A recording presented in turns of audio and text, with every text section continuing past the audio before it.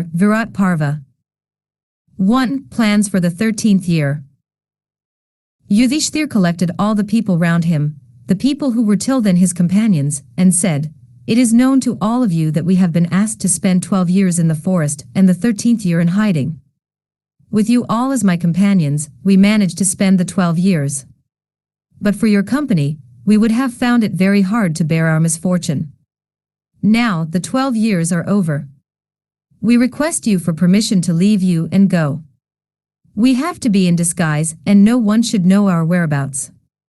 I hope that I can, at the end of the next year, get my kingdom back and be able to have you all with me forever and ever." As he was saying these words, Yudhishthir's voice failed. He broke down with sorrow. He almost fainted away. So great was the emotion in his heart at the thought of leaving them and going away into the unknown. Kamyaka pacified him and said that like the sun which emerges from behind a dark cloud, the Pandavas would shine forth after the year was over. Bheem had to console Yudhishthir and cheer him up.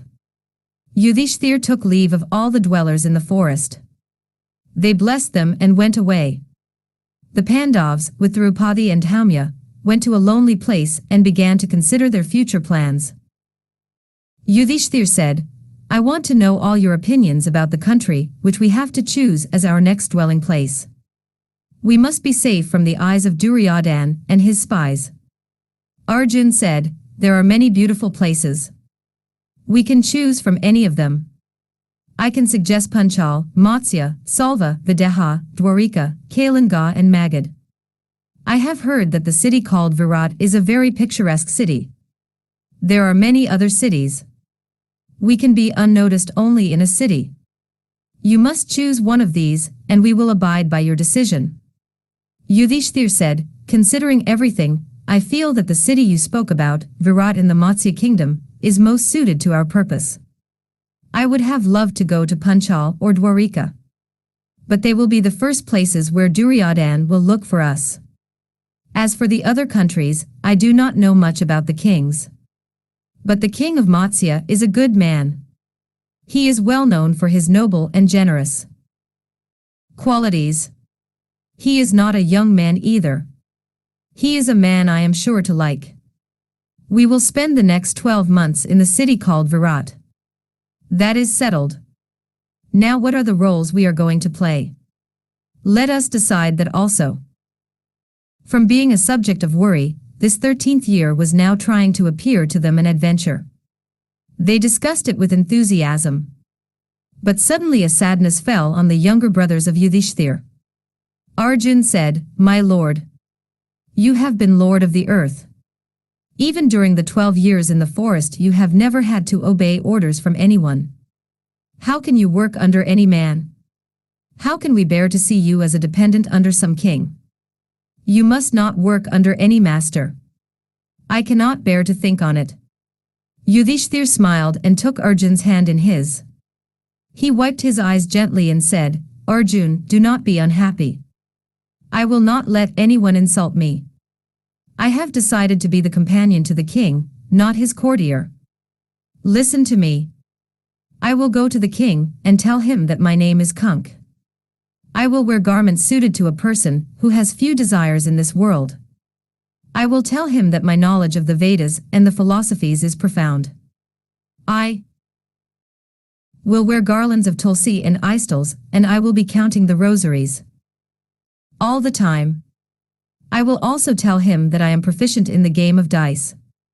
Here the face of Yudhishthir was lit up by a mischievous smile. He looked at Bheem, who looked at him, and then at the ground, a blush suffusing his face. Yudhishthir continued, "I will keep him company all the time. I have a feeling I am going to enjoy these 12 months." Everyone thought that his idea was good. The Matsya king was sure to treat their brother honorably.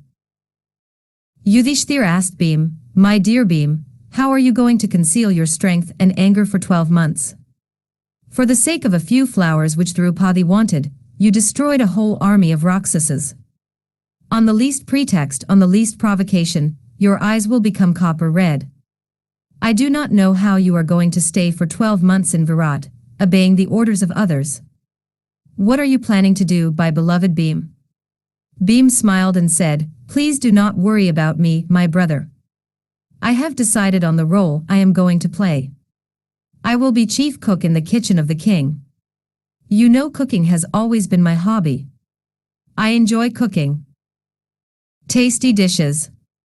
I will use that accomplishment to advantage now. I will go to the king. I will approach him with the proposal that I will take charge of his kitchen. I will also tell him that I am a great wrestler. I will be in charge of his gymnasium. I can train all the youngsters in the art of wrestling. The king will like that, I am sure. If he asks for any references, I will tell him that I was previously employed in the kitchen of Yudhishthir, and that since he has gone into exile, I had to look elsewhere for work, that since I had heard that the Matsya king is very much like Yudhishthir, I want to stay with him. He is sure to believe me. My name will be Valala." Yudhishthir asked Arjun, "My dear Arjun, what are your plans? I do not know how you will be able to conceal your bravery and live like a tame servant. I feel so sorry for the trouble you all have to go through because of me." Arjun said, "My lord, there is one disguise I have. I have decided on it long ago. I am sure you have not forgotten the curse of Urvashi. Indra told me that it had to be borne by me for just a year.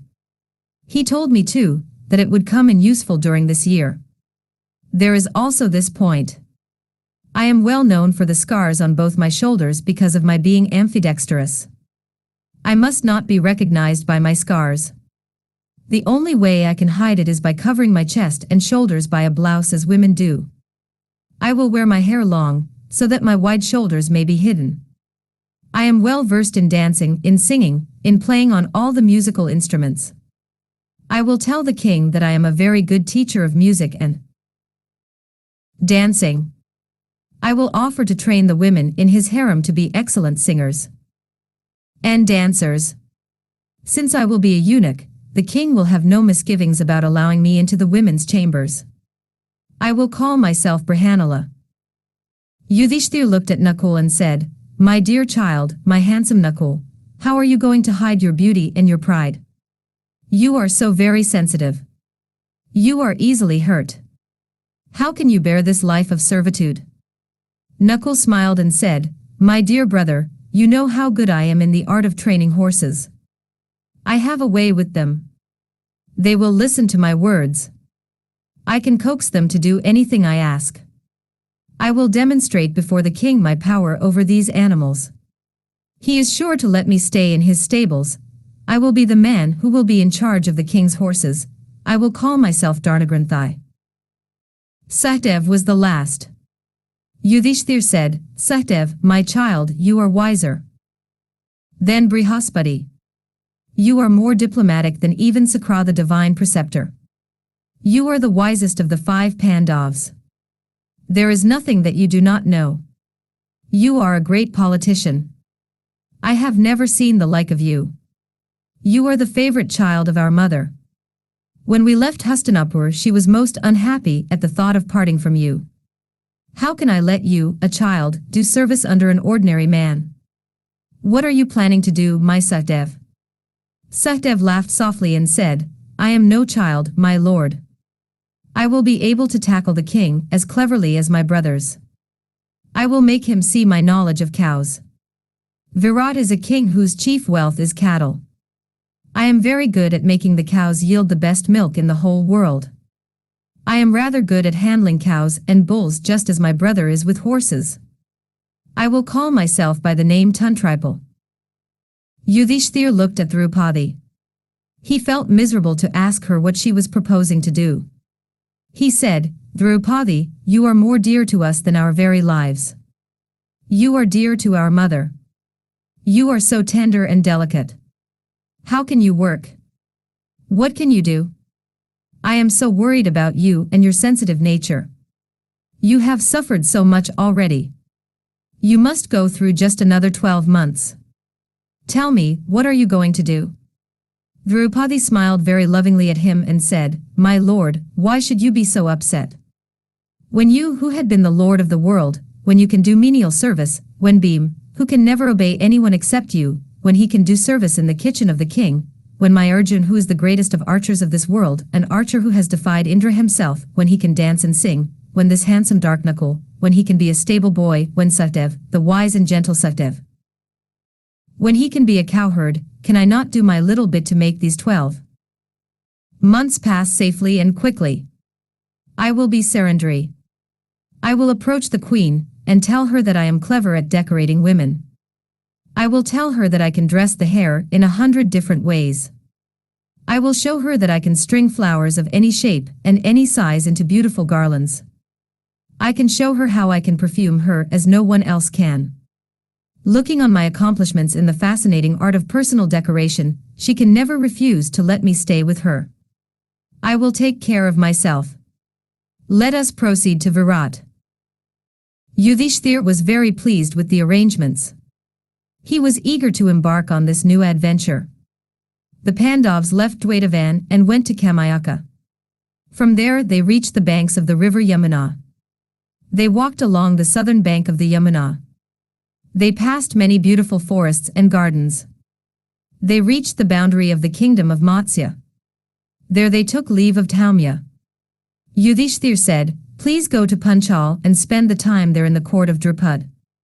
Please do not tell even Draupadi where we are. Just tell him that the Pandavas are now to begin their Ajñātavās, that you have been sent by me to his court. All that you must tell him is that we have now left Dwaitavan." "So be it," said Kamyaka. He invoked the gods to bless the Pandavas and went away. Draupadi said, "It looks as though the capital city is still very far off. I am extremely tired. Let us rest here for the night and proceed further in the morning." Yudhishthir wanted to go some more distance and then call a halt. He therefore asked one of his brothers to carry Draupadi some distance. Nakul and Sukhdev were already too tired themselves. Arjun carried Draupadi to the outskirts of the city of Virat. It was a pleasing sight to see him carry her. With his form draped in the rough garments made of tree bark, he looked like a dark rain cloud with a streak of lightning across its bosom. 2. Kunk in the court of Virat. The hiding of their weapons was their next problem. They had to leave them behind. Yudhishthir said, "If we enter the city with these, it will cause a commotion in the streets. We must not attract the attention of anyone. The world will be full of the spies of our dear cousin." The others agreed. Yudhishthir continued, "This Gandiv is too well known. It must not be seen. If even one of us is seen with a weapon, the fact will reach Hastinapur. What then, about 5? We must wrap them up carefully and leave them safely somewhere. We can come back for them a year later." Arjun said, "This is the burning place, just beyond the city. Look, my lord, there is a tall sami tree there. It is huge. Its branches are dense and strong. It is immense in size. It looks so very fearful. I do not think many people walk about here. Let us wrap our weapons in a piece of leather. Let us make the bundle resemble a corpse. We will hang the bundle from the topmost branch of the tree. I do not think anyone will have the courage to inspect it. We can then go to the city. Let us finish this job and spend the night here. Draupadi is also very tired. Let us enter the city tomorrow." Yudhishthir approved of the idea. He collected all the weapons. It was a wrench for each one of them to give up his bow and arrows and swords and other things. They were the only companions they had till then. Very tenderly Arjun wrapped up his Gandiv after loosening its string. Just before unstringing it, Arjun twanged his bow just once as if to say, "Till we meet again." All the eyes were wet when the putting away of the weapons was being completed. It was all over. The bows and arrows and other weapons were very carefully and very tenderly wrapped up. Yudhishthir invoked the gods above and said, "I call upon all of you to be present here, now, to hear me. I ask Brahma, Indra, Kuber, Varun, Rudra, Yama, Vishnu, Surya, and Chandra, the sky, the earth, Agni and the Maruts. I ask all of you to guard these our dearest possessions. I hold you all to treat them as hostages. At the end of the year of our Gyotvas, I request you to return these weapons either to me or to Arjun. It must not be given to Bheem even if he claims them. He is short-tempered, he is always angry with the sons of Dhritarashtra. He may, in a mad moment, claim these weapons without my knowing, in his anger against the cousins. He may do it before the year is completed. Ye gods, these must be guarded by you. I call upon all of you to bless us and send us forth into the unknown. You must guard us against discovery. We do not want to be exiled for another 12 years. We mean to fight the sons of Dhritarashtra. That is the end towards which we are journeying. Please bless us. Yudhishthir climbed the tree himself and placed the bundle on it. He came down from the tree. Looking at Bheem and the tears in his eyes, Yudhishthir embraced him and wept for a long time. He pacified his pet brother with his gentle words, stroking him all the while with loving hands. The Pandavas were about to leave the place. Some villagers were looking at the ritual of climbing the tree, the deposition of the corpse, and the recital of some incantations. They also saw that they were all weeping, and that each was consoling the other. They saw Draupadi sobbing as if her heart would break. The villagers came near. The Pandavas told them that it was the dead body of their mother, that according to their custom funeral rites should not be performed, that the body had to be hung just like that for years, that if anyone did dare to disturb the body, death would fall on him immediately. The villagers believed the story. No one dared even to come near the Pandavas. They fled from there. Yudhishthir smiled at their credulous nature. He saw the carcass of a cow there. He told Sahdev, "Look, here is a dead cow. Let us remove its hide and wrap it round our corpse." It was done. It was a sensible thing to do since the weather would not harm the weapons any more now. The Pandavas left the spot. 1,000 times they looked back. Sighs escaped all of them. They had to think of the days ahead of them now. There was no chance of their meeting each other. Till now, though they were in exile, they were always together. But these 12 months they would have to be parted. Moreover, they had to behave as strangers. That was the most terrible part of the ordeal. They decided on names for themselves which should be used as codes in case some emergency arose. These names were Jaya, Jayesha, Vijay, Jayatsna, and Jayadbala. The Pandavas entered Virat. Day dawned. They all bathed in the river. Yudhishthir then put on his disguise. He bade farewell to his brothers and to Draupadi, and walked towards the palace of the king. He reached it in a short time. The king presented a noble picture. Yudhishthir was pleased with his appearance. He advanced boldly to the presence of the king. He did not salute the king. Yudhishthir just stood there. It looked as though one king was visiting another. The king of the Matsyas looked at him and spoke to himself, "Who can this person be? He has not saluted me. And yet I do not feel offended. In fact, I feel that I should get up and honor him. I feel that he may be offended if I do not salute him. He is dressed like a Brahmin, but his walk is that of a Kshatriya. He walks like a tiger. He looks as though he is born to rule the world.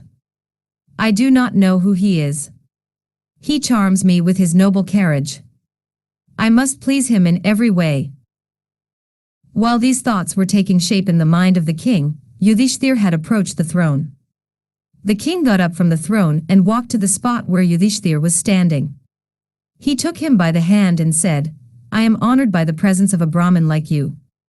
I will be very happy to do anything you want me to do." Yudhishthir stated the facts in a simple short manner. He could not tell a lie, but he had to conceal the truth. He said, "I was a great friend of King Yudhishthir, the lord of Indraprastha.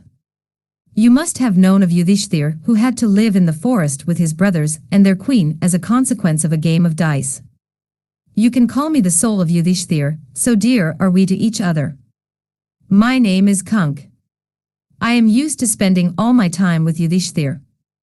I am as fond of the game of dice as he is. But now I am cleverer at it than what he was at the time he played and lost. He could never do anything without my knowledge. But Yudhishthir is now in hiding. I am grieved at the fate that has overtaken him and his brothers. I have come to you for succor. You are equal to Yudhishthir in your nobleness, so I have been told. Hence I have come to you. I have now no one whom I can call mine. I have no father, no mother, no one depending on me. I have no belongings. Today, happiness and sorrow weigh the same to me. Pleasant and unpleasant mean the same thing to me now. I am free of all desires. I have come to you in search of peace. Can I get it? Virat was touched by the dignified manner in which Yudhishthir spoke his words. His eyes were full of reverence and he said, "You have honored our city by your presence. I am happy to have you with me. I am also extremely fond of dice. I am happy to get some player who can teach me to play the game as it ought to be played. You must use my kingdom and my wealth as if you own them." Yudhishthir said, "I have no need for all this wealth, O king. I have only one boon to ask of you.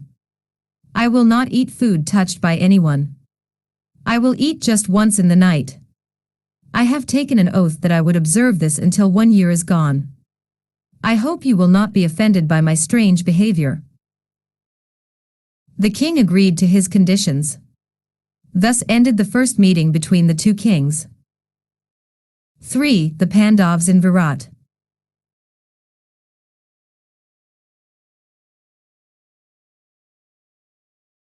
A few days later Bheem entered the city of Virat. Carrying a ladle in his hand he entered the streets of the city and came to the palace of the king. Everyone was amazed at his physique. It was magnificent, there was no other word for it. He calmly entered the palace and came to the court of the king. No one prevented him from walking right in like that. The king looked at him and liked his appearance. Bheem came near the throne and said, "May God bless the king of the Matsyas. My lord, I have come to your court since I have heard about your noble nature and your sympathy for those who are in trouble. I am an excellent cook. It is not good to talk about oneself, but I have to since I have no one to recommend me. I can cook 1,000 different tasty dishes. I will be happy if I am allowed to stay with you and please you." The king looked at him and said, "Young man, you seem to be too good for the job you propose to take up. To me, you look like a prince in disguise. You are more fit to command an army sitting on an elephant or in a chariot. Your body seems to be so very well trained by exercise. You look so unlike a cook." Bheem laughed lightly and said, "You are right, my lord. I am not a cook by profession. I am a wrestler. I can defeat all the wrestlers in this world. Cooking is just my hobby. Being a hobby, it gives me great pleasure whenever I have a chance to practice it. I will take good care of your gymnasium. I can train young men to develop their bodies well. I will also be a cook in your kitchen." The king said, "I find you to be a charming person. I am happy to have you with me. You will not be just a cook. You will be in charge of my kitchen. You can supervise the entire kitchen and take care to teach the cooks all that you know. You will also be in charge of my gymnasium. I am very pleased to have you with me." Bheem said, "I am grateful to you, my lord, for these kind words. My name is Valala. I will take up my duties immediately." 2 of the Pandavas were now successful in finding a hiding place. The court of Virat took on a new splendor since Yudhishthir was there. Bheem was happy since he enjoyed the tasks he had undertaken. Arjun entered the court of Virat. He was wearing his hair long. It was covering his shoulders. He was wearing necklaces made of corals and pearls. His form was draped in red silk. He was looking charming. His feminine attire hid his glory, and at the same time it did not. He looked like the moon during the eclipse. Arjun walked straight to the throne and said, "I am Brihanala, the dancer. I am well versed in all the fine arts that a woman should know. No one can make flower garlands for the hair as I can. As for my dancing and my music, I have learnt it from a Gandharv. There is no one to equal me in these arts. I want to stay in your court and train your daughter in the fine arts of dancing and music. I hope you will have me." The king was pleased with his manner of talking. He said, "You say you are a dancer. But to me, you look more like a warrior, especially an archer. Your arms and your chest make me think that if you had learnt archery, you would have been an excellent archer. I like you very much. Tell me, are you really half woman as you say? You must be an archer. I will entrust my kingdom to you. I am an old man. Stay with me and be like a son to me. I will give my kingdom and all that I have to you. You can rule my kingdom. You seem fitted to be a king, and not to be a dancer." Arjun smiled a shy and charming smile and said, "My lord, the only string that I can twang is the string of the Veena. The only art I know is the art of dancing. I will be the tutor of Uttara, the princess. I will make her the greatest dancer in the world." The king said, "It will be as you wish. You can stay with me." He sent for his beautiful daughter Uttara, and told her that the newcomer would be her companion from then on, and that she could learn dancing and singing from her. He added, "She seems to be a high-born person. She does not seem to be an ordinary dancer. Treat her with the respect due to a queen. Take her to your apartments." Arjun was happy to be the teacher to the sweet-natured charming daughter of Virat. Uttara's companions too began to learn dancing from him. Arjun was enjoying the Ajñātavās more than he thought. The king was inspecting his horses. When he was going on his rounds he saw a dark handsome man looking at the horses with the eyes of one who loves horses. Virat thought to himself, "This man is the most handsome man I have ever seen. He attracts me. He seems to love horses. It looks as though he knows all about them. I can see it by the way he looks at them. I must summon him to my presence and find out who he is." Even as he was thinking of calling him to his presence, Nakul approached the king. After saluting him he said, "I have come to your city with the intention of earning a livelihood. I am an expert in the management of horses. If you will make me your servant, I will be grateful to you." Virat said, "You can be in charge of my beloved horses. I am happy to have an expert handling them with love and care. I am sure I will be leaving them in safe hands. But to me, you seem to belong to some high caste, and not that of a stable boy. How is it you are asking for work here? I do not think you are used to work. You seem better fitted to command someone else." Nakul smiled and said nothing. Virat said, "You can be in charge of the stables." Nakul was glad he was not asked many more questions. He said, "My name is Damagranthai. I will do my best to please you in every way." He was immensely pleased to be with the horses which he loved. He was almost as happy as he was in Indraprastha. Sahdev was the last to enter the Sava of Virat.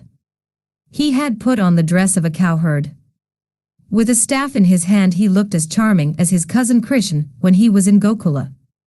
Sahdev came to the king and said, "Please make me the chief cowherd in your kingdom. I will guard your cattle wealth. I can cure any disease which affects cows and bulls. I am a specialist in the handling of cows. They will yield more milk if I milk them. They will be healthy and beautiful. My name is Tuntripal, and I have come to your kingdom since your main wealth is cattle, and I feel you will give me a place in the cowshed." Virat looked at Sahdev and said, "Whoever you may be, it looks as though you have seen better days. You do not seem to deserve this menial task. But you are welcome to Virat. I have never said no to anyone who asks favors of me. As for you, you are doing me a favor by taking charge of my cattle wealth. I am very pleased with my good fortune." Thus the 5 Pandavas entered the city of a king who was very good and very noble. For the first time in their exile the Pandavas were happy. They had now managed to solve their major problem. It was now only a question of time before they could emerge out of their hiding and claim the world which was theirs. 4. Surrendry. Draupadi entered the city in the guise of surrendry. The passers-by were struck by the beauty of this woman, who was dressed in such old and dirty garments. She held the strands of her long flowing hair in her right hand. A smile lit up her face. She was walking fast towards the palace of the queen. The queen of Virat was looking from the balcony of her palace. She was Sudeshna, a princess from Kaikeya. She was struck too by the charm and personality of this woman. She saw the smile vanish from the face of the stranger. The people on the street were following her and laughing at her. The woman was terrified of their jeering and she walked faster, and the laughter grew louder. The queen was overcome with pity for the poor lonely woman, who did not seem to have anyone with her. She sent for her and asked her maids to hurry up. They went to the woman who was alone in the midst of the crowd and said, "Our queen wants you to come in." Draupadi entered the palace and stood in the presence of the queen. She still held her hair in her right hand. She now twisted it into a coil and put it behind her back. She saw the queen get up from her seat.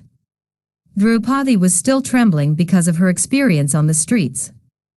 The crowd jeering at her was an insult they had to bear. Sudeshna was very touched by the timid look in the eyes of Draupadi. She took her hand and made her sit by her side. She asked the newcomer, "You are so beautiful. How is it you are alone? Why are you not married? How could any man resist you? Why have you come to our city? Where do you come from?" Draupadi said, "My queen, I have come to you to make a living. I am an artist in the art of decorating. I was handmaiden to Draupadi, the queen of the Pandavas.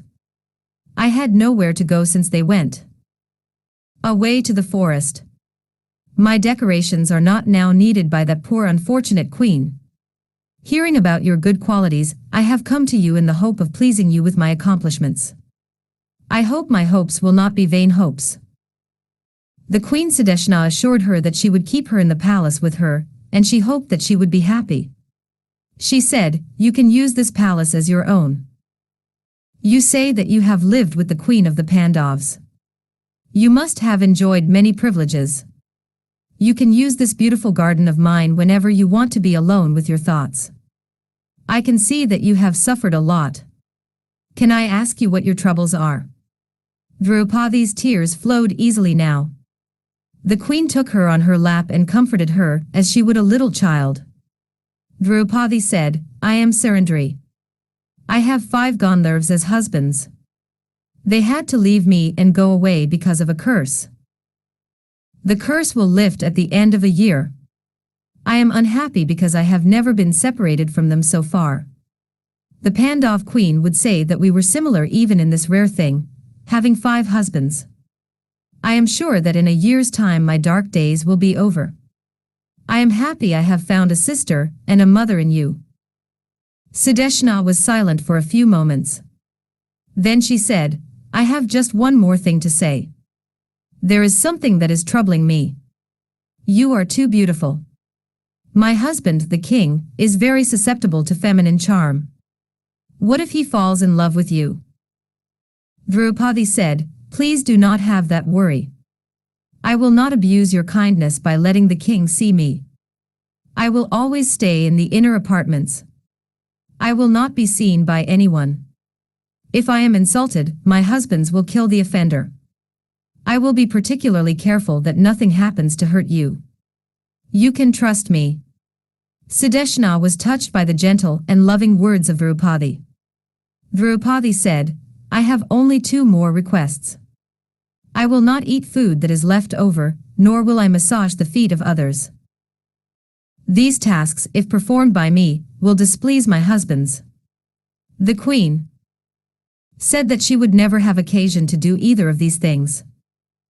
5. The wrestling match. The queen of the Pandavas was a flower girl, Yudhishthir was a companion to Virat, Bheem was a cook, Arjun a dancing master, Nakul was a stable boy and Satyava a cowherd. The freaks of fate are indeed inscrutable. Her games are played in the most perverse ways imaginable. But strange to say, the Pandavas were all happy, and Draupadi too. The king of Virat was a very noble king, and his wife was his perfect counterpart. The princess was a delightful child. They spent the time happily in the beautiful city of Virat. 3 months were over. They had only 9 months more. During the 4th month of their stay in Virat, there was celebrated in the city a great festival in honor of Shankar.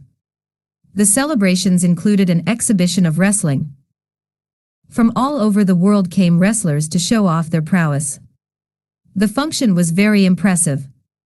The king, with all his retinue, sat there watching the wrestling.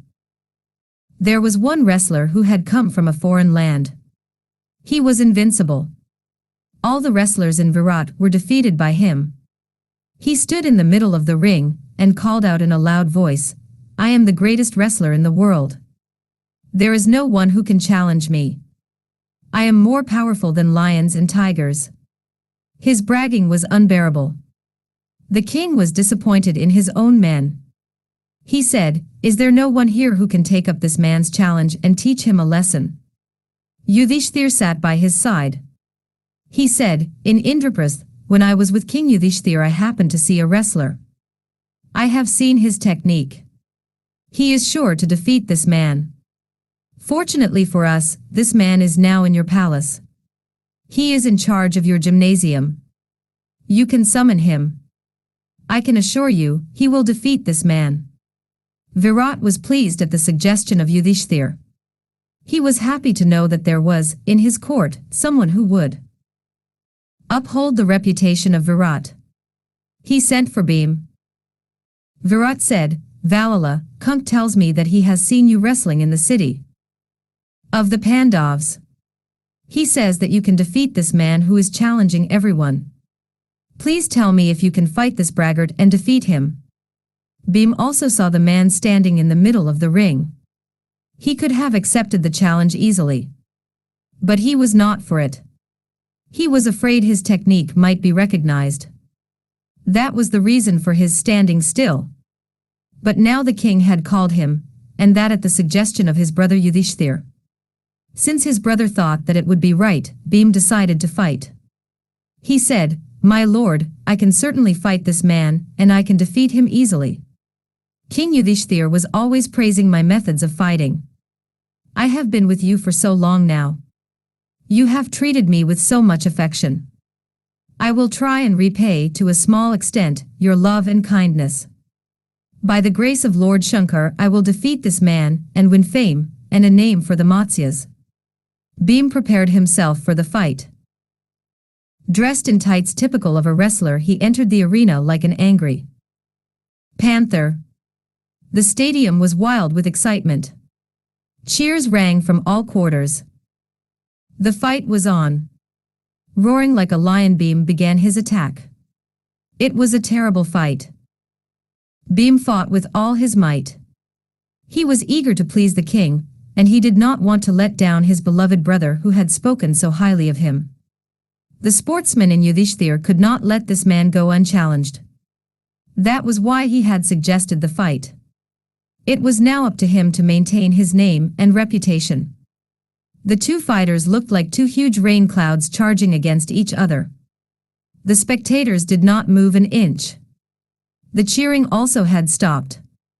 So absorbed was everyone in watching this unique spectacle. They had never seen the like of it before. In the end, Bheem lifted his opponent up in the air and twirled him round and round like a wheel till he became quite giddy and finally unconscious.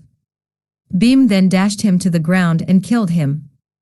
The king was immensely pleased with the prowess of Bheem. His Virat could now boast of a wrestler who had killed the man who had, till then, been the greatest wrestler in the world. This was the one incident in Virat which made Bheem an even greater favorite of the king than he was already. The Pandavas were enjoying their 13th year of their exile. It was such a good atmosphere. In Virat they found peace which they had not had for a long time. They found affection showered on them. They had been so used to injustice and ill-treatment all these days that this affection of the king was like a balm to their bruised hearts. They were happy. The months passed by very quickly. 10 months had now passed like 10 days. Time passes too soon if one is happy. It lengthens itself infinitely if one is unhappy. The 12 years had seemed so long.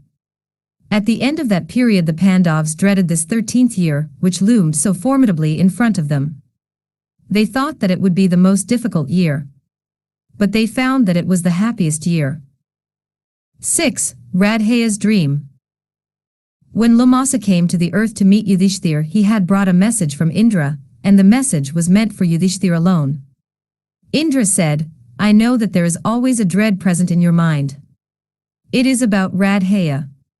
You are afraid that he may kill Arjun. Radheya is a student of Bhargav and he is a better archer than Arjun. I will take care of that after the return of Arjun to the earth." Yudhishthir had not told anyone about this. Indra now remembered his promise to Yudhishthir. He made up his mind that he would do something that would deprive Radheya of his power. It was during the 13th year of the exile of the Pandavas. On a certain night, Radheya was sleeping on his bed which was whiter than snow. It was now midnight. The sun, full of love for his unfortunate son, visited him in his dream. He came in the guise of a Brahmin. He spoke in a gentle, compassionate voice to his son. He said, "Listen to me, Radheya. I will tell you something which will be for your good. You are a good, truthful man. You have taken a vow. Whoever comes to you during the middle of the day when you are worshipping the sun will have all his wishes fulfilled. He will never be allowed to go back empty-handed. Anything he may ask will be given to him. You never say no to any request." Taking advantage of this your vow, Indra, the well-wisher of the Pandavas, has decided to approach you with a request tomorrow. He will come in the guise of a Brahmin. He will ask you for your kovach and your kundalas. Do not give them to him. Your kundalas were given to you by someone who had got it from Uddi. These are given to you as a special protection. I cannot tell you who gave them to you because I am not allowed to speak about it. When Indra asks you to give him these, try to offer other things instead. Offer him your entire kingdom. Tell him that you will give anything except these two things. If the kundalas are severed from your ears, your life will be shortened. You will die soon. The kovach is an armor against fate itself. With the kovach you are invulnerable. No one can defeat you as long as you are wearing these two. But once they are severed from your body you will be defeated and killed. They have been dipped in the nectar of immortality, the divine Arnrita, the food of the gods. If you hold your life dear, you must protect these two things. Radheya was touched by the concern in the voice of the Brahmin. He said, "You are very fond of me. You can be no ordinary Brahmin who can tell what will happen tomorrow. Please tell me who you are. You seem to be so concerned about my welfare. In this wide, wide world, no one has shown me so much affection except my dear mother Radha. For her I live in this world full of pain. Again, Duryodhan loves me. It is because I want to please him that I have been living on. For my part, life does not hold any attraction. I am immune to the joys and sorrows that have happened to me so far. But this your love for me makes me curious to know who the third person is. Who is concerned about me?" The sun said, "I am Surya, with the 1,000 rays of light. I have immense affection for you. I do not want you to be duped by your enemies. That is why I came to you while the world is sleeping. Do as I say. I am talking like this so that you may live long." Radheya fell at his feet and said, "My lord, I have chosen you as my god. I do not worship any other god. You are my Ishtadeva. I am fortunate to have seen you in person. You have come to warn me about Indra. You are my well-wisher. You want me to refuse to give up these two charms, the kovach and kundalas. They mean my very life to me, you say. Now, I will tell you something. You are the daily witness to the vow I have taken. Every day, when you reach the zenith, I worship you, and when my worship is over, I wait for someone to ask me for alms. I grant them all that they ask for. My lord, you have been watching this ritual for years. I took up this vow when the name Teerthyatra was a stigma which clung to my name. I said that I would win knowledge and fame and punya by constant endeavor. I learned archery from the greatest of archers. That became fruitless because of the fact that I am a Teerthyatra. But this vow which I have taken, which has brought me so much punya, this vow has given me peace which I had not tasted for long. I am happy when I give away something. The dearer a thing is, the greater the happiness when I give it away. I am prepared to give up even my life if I am asked to.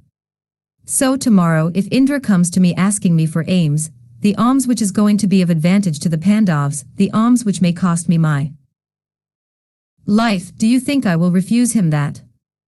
I have never loved this life of mine. I do not mind giving it away. A good name, my lord, is the only thing that I have wanted. I do not want to barter it for a long life. If I refuse to give Indra what he wants, my fame will die immediately. The name I have earned as Radheya the giver will die in a moment. I will live long and my ignominy will live longer. Death with fame is much more to be desired than a long life with ignominy. If the killer of Vritra, the lord of all the gods in the heavens, if he comes to me as a beggar, I will consider it a privilege to grant him what he wants. He may be fond of the Pandavas, he may be partial to them, in his partiality he may be tempted to take advantage of my vow and deprive me of my strength.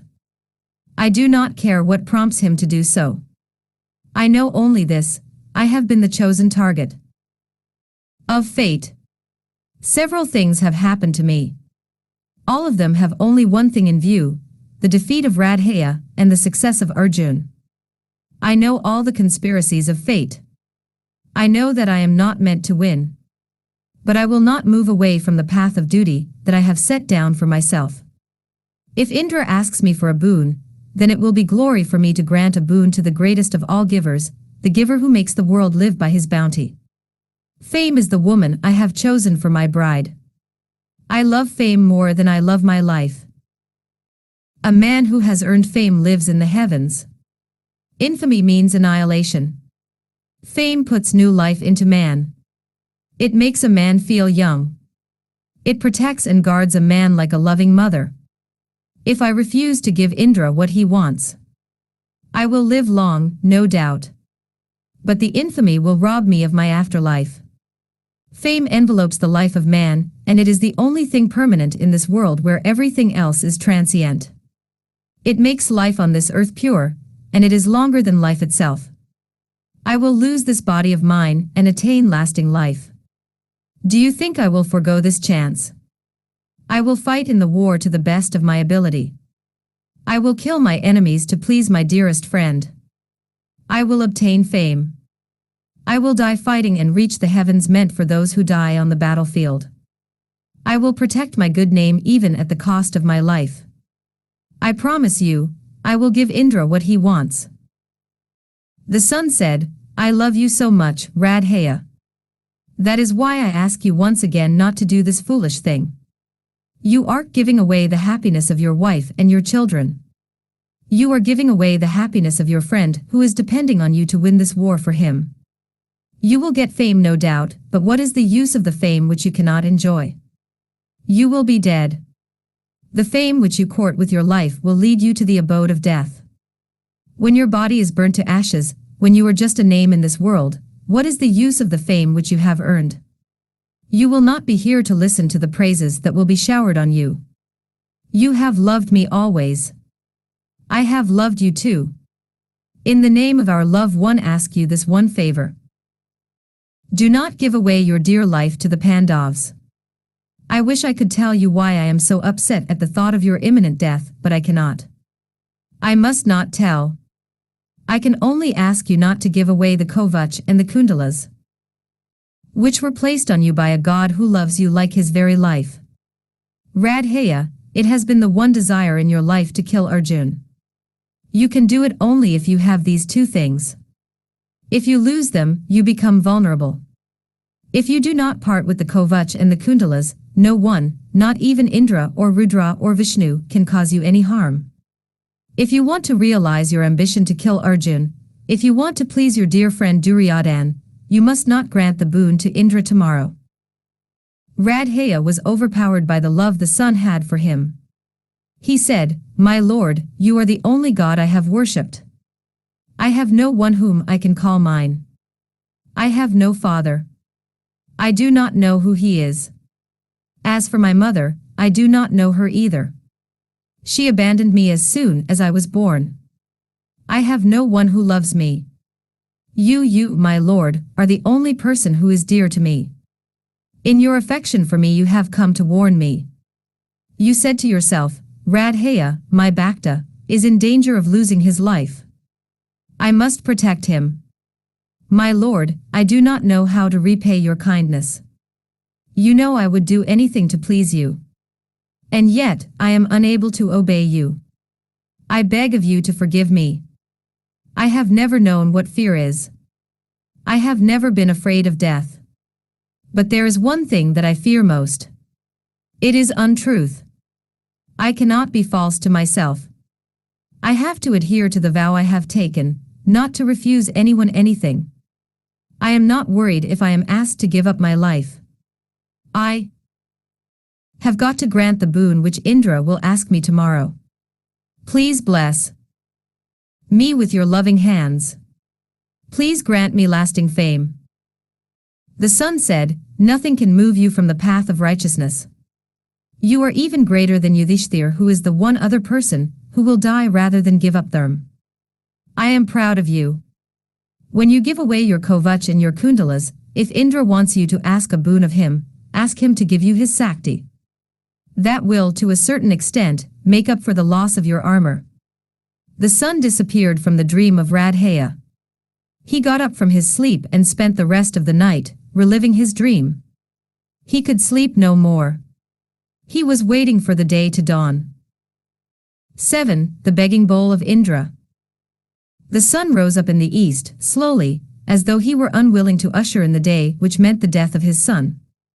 Radheya was impatiently waiting for the sun to reach the zenith. His body was burning with a strange fever. His eyes glowed like live coals. It was midday. Radheya had finished his worship of the sun. He was waiting for the coming of Indra. The Brahmin came. Excitement made the heart of Radheya beat fast. The Brahmin stood in front of him with his hands outstretched. Please give, said the man. Radheya at once fell at his feet, as was his custom. He honored the Brahmin and made him take a seat. Radheya stood before the Brahmin with folded hands and said, I will give you anything you ask for. Please ask. The Brahmin said, I do not want riches or cows or gold as other Brahmins do. I want your Kovach and your Kundalas. Radheya smiled to himself. He said, your request is strange. These two, my lord, cannot be removed from my body. I will give you other armors and earrings which are more costly than these. I will give you even my kingdom. But these are not to be removed. The Brahmin said, I have heard that you are the greatest of all givers. I do not want anything else. I want only these two things. If you are really as truthful and righteous as you are reputed to be, make that tradition true. Cut them away from your body and give them to me. This will be the greatest gift that you have ever given, or that you will ever give hereafter. Radheya smiled all the more to himself and said, My lord, you are evidently attracted by the glow from these things. They are not ordinary ornaments. They have been dipped in the nectar which is the food of the gods. They have been placed on me to grant me long life, and to protect me from death. I have sworn to my friend Duryodhan that I will kill Arjun in the war that is to be fought. For that, I must have this Kovach and these Kundalas. That is the only reason why I am asking you to let me keep them. The Brahmin was adamant. He wanted these two things, and would not take anything else. Radheya laughed and said, "My lord, I know who you are. You are Indra. You are the greatest of all givers. The earth owes her life and her riches to your bounty. In fact, the proverb is, like Parjanya in giving. I feel so very embarrassed when you ask a boon of me. It is your privilege to grant boons to us, mortals. You are the lord of the gods. You know, more than I do, that by giving you these things which are protecting me from evil, I am giving away my very life. But that does not affect me. I am pleased and honored that the great Indra is accepting a gift from me. I am proud to give you my life."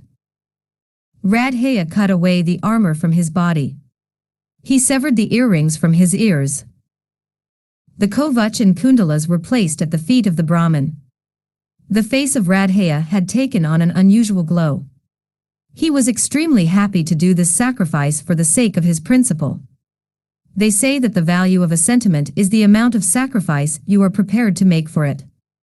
Radheya was happy since he had sacrificed his very life for the sake of his dharma. His happiness was so great that tears flowed from his eyes. Indra's eyes too were wet. Flowers from the skies rained on Radheya. Indra said, "I have never seen a person like you.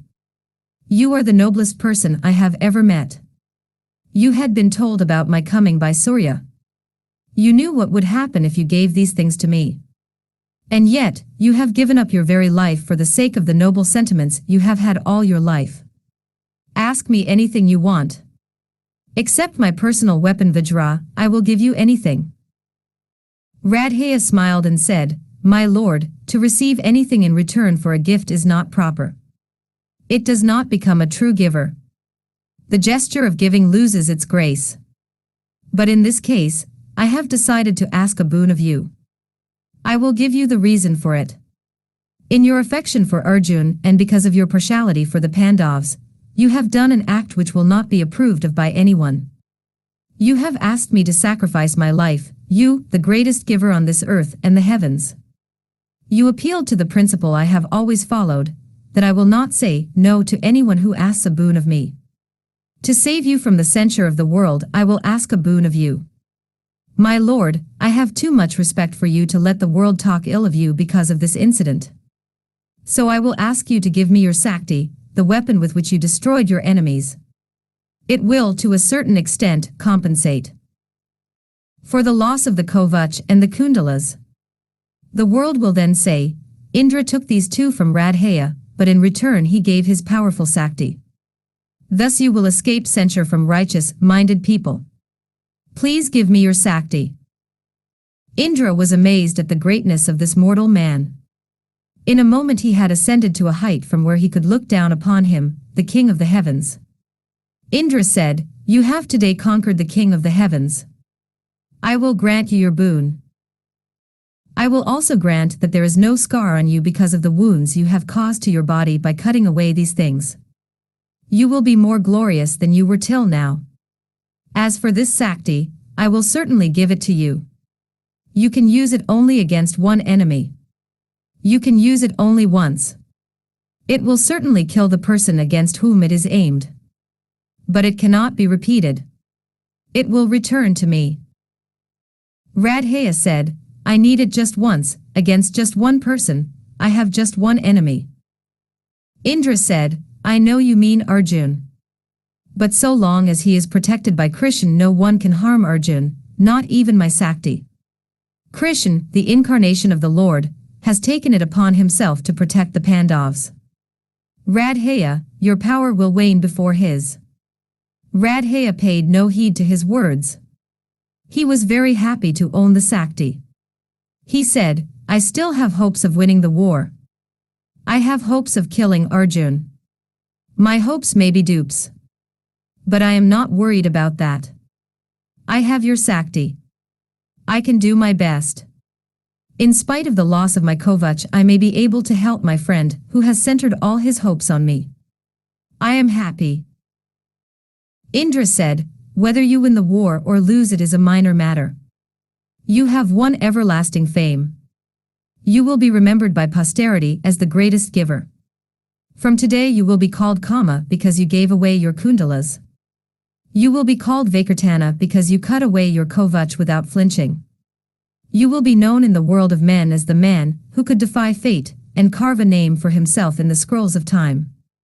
It is not given to everyone to be a personage like you who will be remembered forever and forever. You said that the proverb is like Parjanya in giving. Radheya, it was. From today the proverb will be like Kama in giving. As long as the world lives your name will be remembered. But now I must go. Radheya fell at his feet and said, My lord, I have one more request. Today, I have found a friend in you. You seem to like me. If you do really like me, will you do me a favor? For the last so many years I have been suffering so much because of my birth.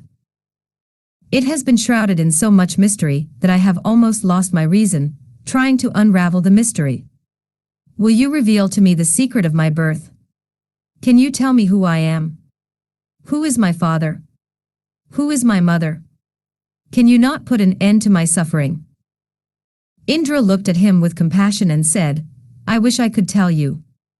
But it is a jealously guarded secret. You must not know it, not just yet, anyway.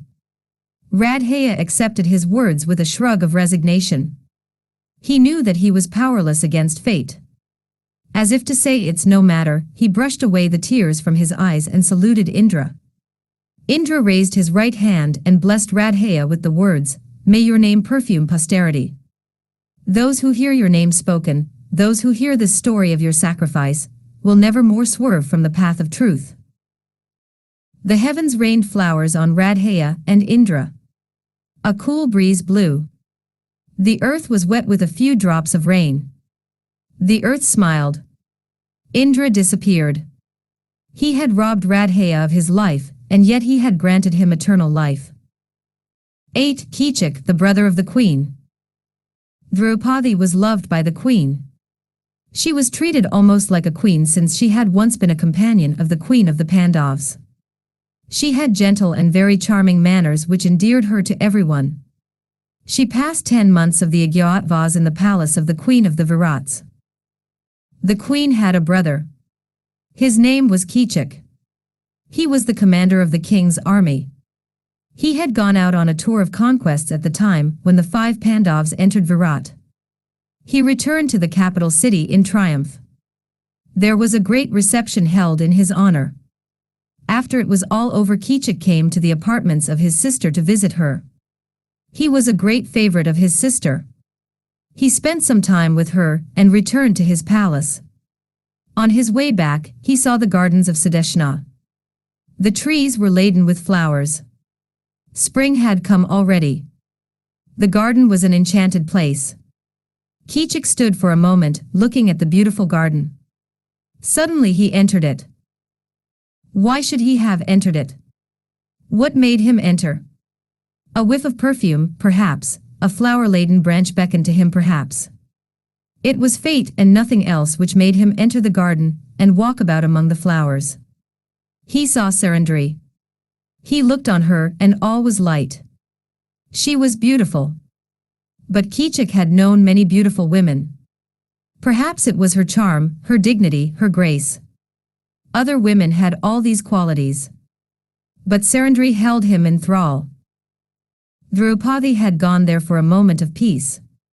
She would often walk there since the queen had asked her to use the garden when she wanted to be alone with her thoughts.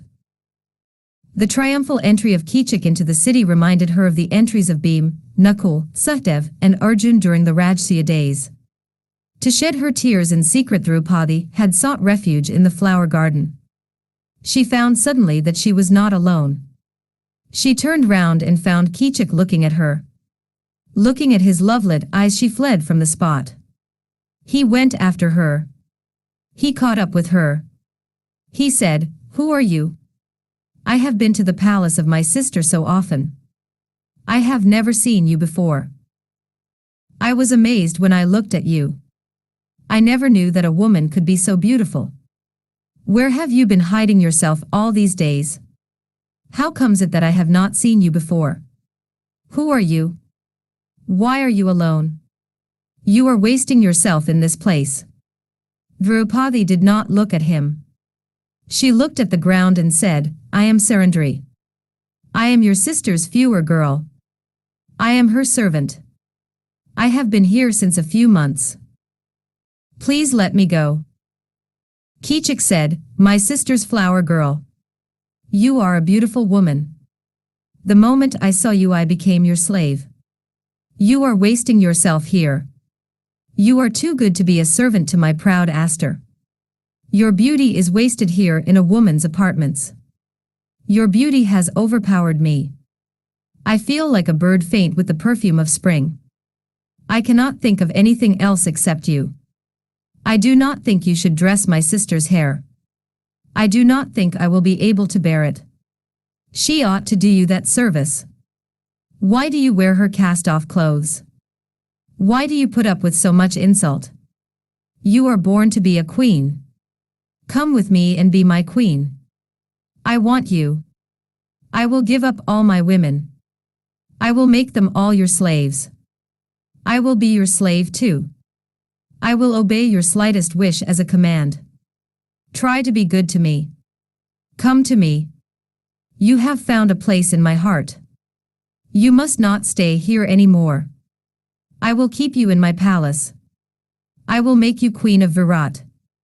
I am the most powerful person here. The king, my brother-in-law, is King Justin. Name. He dare not say anything. Come to my arms. Please me and you will not regret it. You cannot imagine how much I love you. I will give up anything for your sake. My good name, the reputation I have built up all these days, all these will be the incense on this new altar of love. I cannot live without you. Grant me my life.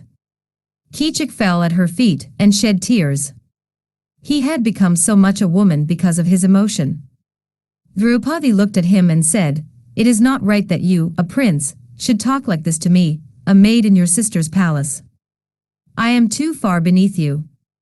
You can get so many women who will be your equals in rank and birth and status. You must not talk like this to me. It is wrong. I do not approve of your talk. A man should speak these words only to his wedded wife and not to other women. I am not unmarried either. I am here in your sister's palace since my husbands have asked me to stay in a place where my honor will not be in danger.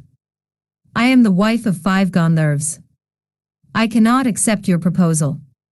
If they come to know of this, my husbands will kill you. They will follow you even to the nether regions and kill you. You will not be able to escape their wrath. I feel sorry for you. That is the reason why I am telling you to stop before it is too late. Please abandon these sinful thoughts and go away. I will not tell anyone about this.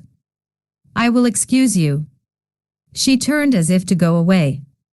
Again she spoke. She said, I am telling you once again. If you value your life, leave me and go. You are wearing the noose of death on your neck thinking that it is a garland of flowers. You are trying to embrace a flame as a moth does, thinking that it is a fruit. You are trying to kill yourself, and with you, all who love you. You are a great soldier. You have won a great name and greater fame. Please do not waste all that by your madness. I warn you. Sarandri walked away. For a long time Kichik stood rooted to the spot. He could not do anything. This love of his for a common flower girl was consuming him like fire. His eyes were burning. His breath came in gasps. He had to have her. Yes, he had to have her. He walked to his sister's palace. She was very surprised to see him. He had left her but a while ago. Kichik collapsed on her bed. Sudeshna was concerned about him. She went to him and said, What has come over you, Kichik? You were all right when you left me. Has anything happened to you? Are you not well? Kichik took some time to reply. He said, Sister, tell me, who is she, that woman who says she strings flowers for you, that beautiful woman? When did she come to you? Where did she come from? I saw her just now. I want her. I asked her to be mine, but she refused. I will die if I do not have her. I never knew that love could be so painful. It hurts me. I feel as though I am burning in a rain of fire. My frame trembles when I think of her. Tell me, sister, how I can make her mine. You must help me. Sudesh was sorry to see her brother suffer like this. She was very fond of him. She sat by his side. She tried to pacify him. She said, Kichik, 11 months back she came to me asking me to give her a place in my palace. I have promised to take good care of her. Her behavior has been so good. She has become dear to all of us. She told me at our first meeting that she has 5 Gandharvas for husbands. If anyone insults her, they will come and kill the wrongdoer. Once the king, my husband, happened to see her. He thought of approaching her with his intentions. I told him in soft words that what he thought would not be possible since she is guarded by her 5 husbands. Since then his thoughts have been just thoughts. He is afraid of the husbands. She has told me that their wrath will be more terrible than a forest fire. Kichik, my dear brother, do not think of her any more. I have so many other maids with me. Choose any of them. I will give you anything you ask for. But do not think of Sarandri. If you want to live, do not think of her. She will be your death. You are dear to me. Do not make me unhappy. I want you to forget Sarandri. Kichik looked at her and laughed. He said, My dear sister, after looking at Sarandri, how can I think of anyone else? She is the one woman for me. She is as radiant as fire. Her form is one huge flame, and her eyes the sparks leaping out of it. Her hair. It is a cloud of smoke trying in vain to veil her brightness. Her beauty is unique. There is beggary in the language that tries to describe her. To part her beauty from her, and then to describe it, is to part the perfume from the champaka blossom. You might as easily capture the brilliance of the blood-red ruby, or the cool green fire of the emerald. Sister mine, I must have her. You talk about the 5 Gandharvas who are her husbands. What do I care about them? Am I not a warrior? I can kill 1,000 Gandharvas single-handed. Why then worry about 5? You know nothing about women. If a woman sees a man who is handsome, strong, and who can talk beautifully, she can never resist him. Any woman. Even a woman who is faithful to her husband. This woman seems to me to be a passionate woman. She is sure to be the type who will always want her husband with her. She will be miserable without the embrace of a man. You say that she has 5 husbands. She has been parted from them for the last 11 months. Surely she is easy to coax.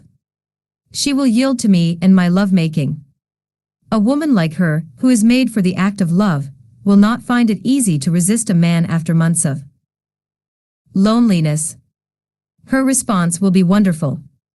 She will please me, and I know that I will be able to please her. Only, I must have her to myself alone. You must somehow manage to send her to my palace. I will take care of the rest. I will make her mine. Sudeshna did not like this to happen to her brother. She had an instinctive fear of the future. She knew that the threats of Sarandri were not just vain words. She knew that her brother was courting death by trying to make love to this woman. But she was sorry for him. She wanted him to be happy. She said, My dear Kichik, why have you become so foolish? I know that you will be killed because of the insult you are offering to Sarandri. I do not want my beloved brother to die. That is why I am trying to tell you all this. But I find that you are adamant. I will do what I can. You must go away now. Very soon, I will send her to you. I will ask her to bring me some wine from your palace. If you can win her, well and good. But if you cannot, I dread the future. I am afraid for you." Kichik hugged his sister to his heart and said, "There is no one like you, my dear sister. I will never forget this your kindness." He hurried from her palace, prodded on by fate. 9. Sarandri in the court hall. Siddhisama waited for a day or two. By then she heard that her brother was almost ill and in bed. He was suffering agonies because of his affliction. The queen sent for Sarandri. She said, "I hear that my brother Kichik has brought some rare wines. I am feeling thirsty. Please go to his palace at once and bring me some wine from my brother." Draupadi was stunned. She did not dream that the queen too would become party to the evil schemes of Kichik. A hot sigh escaped her. She said, "My queen, please do not send me there. Your brother has wrong ideas about me. He has already molested me with his advances. I do not want to go to his house. I came to you for succor. You have been protecting me for the last so many months. It is not right that you should undo all that by sending me to your brother. He will force me to obey him. I will not go there. I have no one to help me except you. Please be good to me. You are a woman. You must be kind to me, a helpless dependent. Please send someone eke to the palace of your brother. Ask me to do anything else, I will gladly do it. But do not send me to the palace of Kichik. He will insult me." Siddeshna was furious with her. She said, "I want you to go. I do not like the manner in which you talk about my brother. He is not the type of person who will molest women. You are just thinking up something to avoid what I am asking you to do. You will not be molested by him. He knows that my maids must be treated well. Go quickly and bring me some wine. I am thirsty." Sarandri had to obey her. She took in her hand the vessel of gold which the queen gave her, and walked to the palace of Kichik. He had been waiting for her coming. Looking at her approaching his apartments, he went to receive her. He spoke to her in a voice full of love. He said, "So you have come at last. I have been waiting for you since ever so long. Come, my beloved. It is not right that you should be standing. Look, I have prepared a bed for you. Come with me and rest there. Take me for your lover. Let us drink and enjoy this meeting of ours." Draupadi said, "My lord, I did not come here to be with you. I was sent by my queen to bring her some wine from your palace. Please hurry and fill this bowl of gold."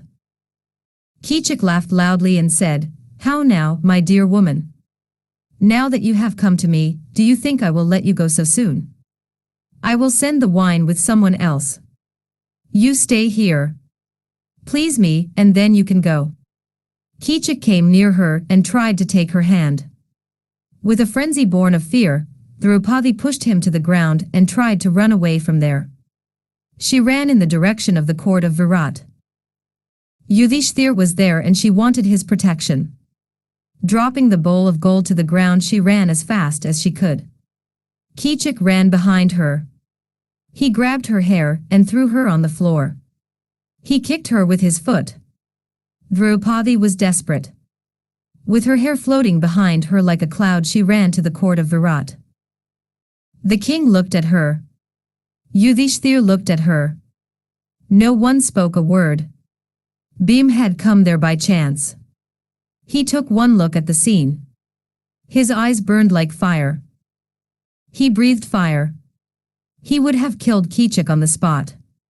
He began to uproot a tree that was near at hand. But Yudhishthir stopped him with a look. He said, "If you want firewood for your oven, do not break the branches from this tree. The wood will be too green. It will not burn. It is no use venting your energy on the tree. When the tree is dry enough, you can destroy the offending tree.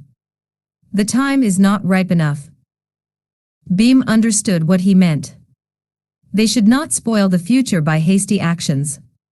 He must wait. Bheem looked at the earth and stood silent. Draupadi saw all this. She was furious with Yudhishthir. She looked at the king and said, "My lord, how can you allow this to happen in your kingdom? I have come to you for protection. You must protect me from this man who is harassing me. I have 5 husbands, but they are not able to punish this man. They are silent. You are the king. There is no refuge but you. You must save me from ruin. I appeal to you." The king was silent. He could not do anything. The powerful Kichik was the commander of his army. He could not afford to antagonize him. He did not dare to speak harshly to him. No one could do anything else but watch the entire proceedings. The king said, "I cannot pass judgment on something which did not happen in my presence. I saw only the end of it. Unless I know that the fault is entirely that of Kichik, I cannot do anything. How do I know what provoked him to kick you? Perhaps he was justified. I do not know. Please go away from here." Yudhishthir was furious with the king for the spineless manner in which he tried to avoid the issue. His brow was wet with sweat. He had to control his anger.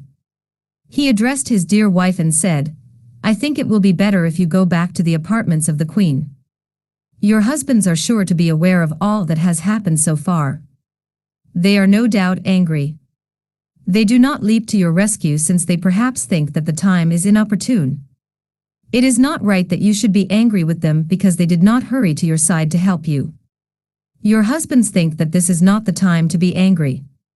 Please be patient. The time will come when all your troubles will be over.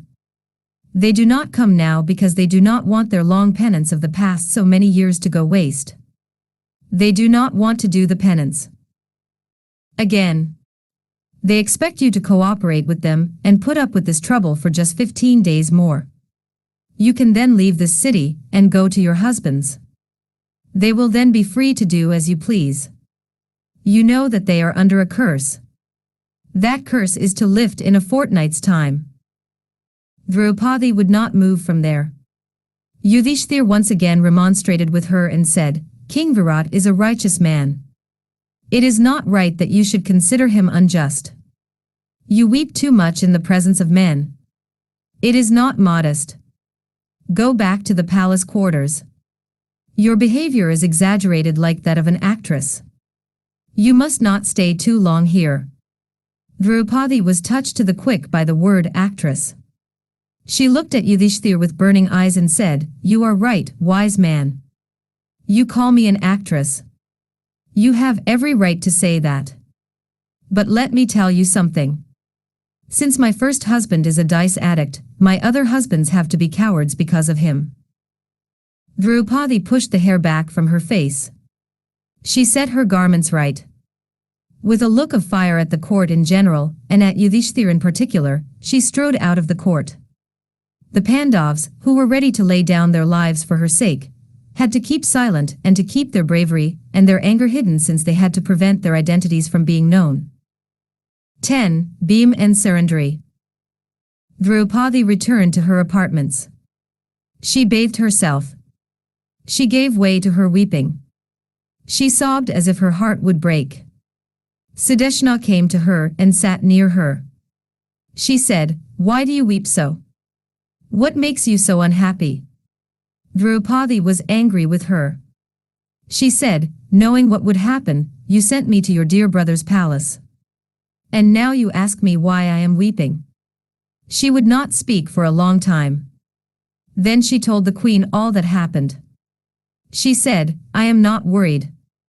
My husbands now know everything. They will kill your brother in no time." Sudeshna left her and went away, her heart full of fear for her brother's life.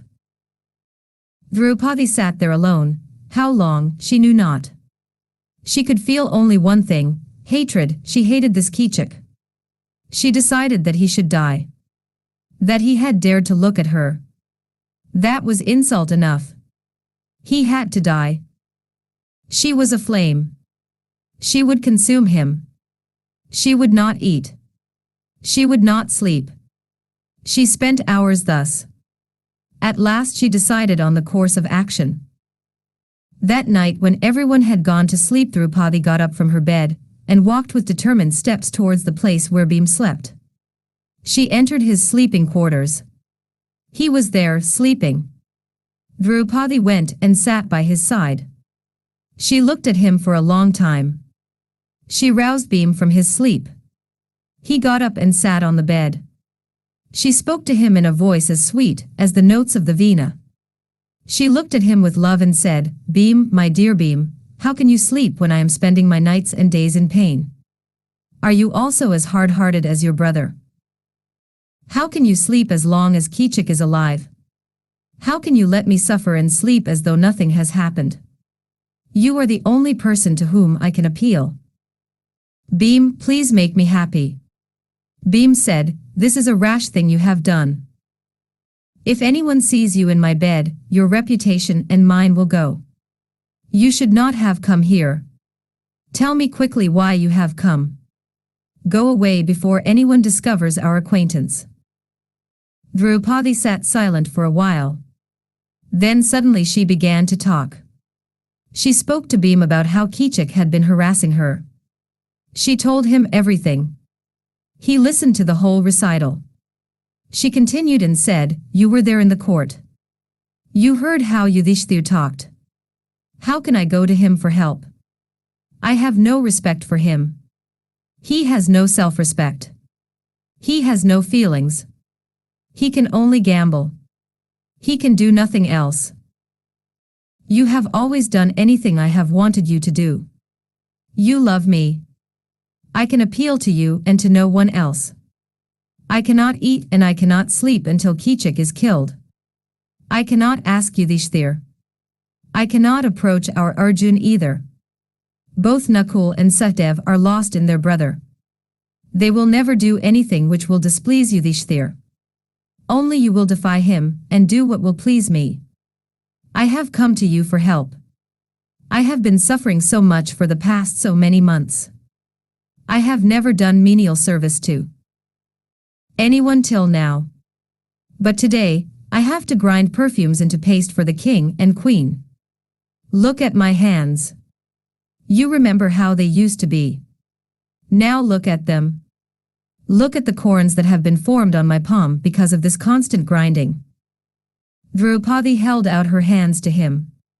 He saw her lovely hands. He saw her pink palms rough and coarse with corns. He put her 2 hands on his face and wept tears of pain. He then composed himself and said, "Listen to me, my dearest Draupadi.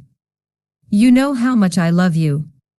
Have I ever refused you anything? But this time we must be patient. I would have killed Kichik in the Sava today, but for the timely advice of Yudhishthir. I understood what he meant. I am also not very happy as you seem to think. Do you think I have forgotten what has happened these few years? Do you think I have forgotten the court in Hastinapur? I am also counting the days when our freedom will dawn. We have to be very careful, my queen. The time of our hiding is drawing to a close. Half a month more, and then I will kill Kichik. I must not do anything rash now. If I kill him now, I will be recognized. We will have to go to the forest again if that happens. To avert that, I am asking you to be patient for just a few days more. Did not Sita, the beloved wife of Sri Ram, bear her troubles with great patience? Think of the Mayanthi. Think of the many queens who bore pain with patience. I promise you, I will kill Kichik. It is not a difficult task for Bheem, who has killed Baka and Hidimba. I am only telling you that the time is not ripe enough. Please put up with these things for a fortnight more, just a fortnight. Then I will grant you your heart's desire. When our exile is over, we can come out into the open. I will challenge Kichik to single combat and kill him, but not now. Yudhishthir has asked me to be patient." Draupadi refused to be convinced. She said, "I did not know that you would be so heartless. I have no one now. The only way is death. If you do not kill Kichik, I promise you I will drink poison and kill myself." Bheem was sorry for her. He made up his mind to do what she wanted him to do. He took her in his arms. He wiped her tears with gentle fingers and said, "Do not weep, Draupadi. Do not weep, my queen. I cannot bear to see you cry. I will kill Kichik. I will kill him tomorrow. You must meet him tomorrow and tell him that you will meet him in the dance hall which the king has built now. Tell him that there is a bed there and that you will meet him in the night. Make him come there.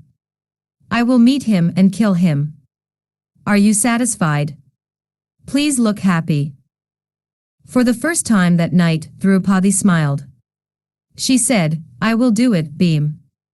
I am happy now. You are the only brave and loving husband I have. I am grateful to God for giving you to me." Draupadi left him and walked cautiously back to her apartments. In the morning, Kichik came to Draupadi and said, "Did you see what happened in the court yesterday? The king is afraid of me. He cannot control me.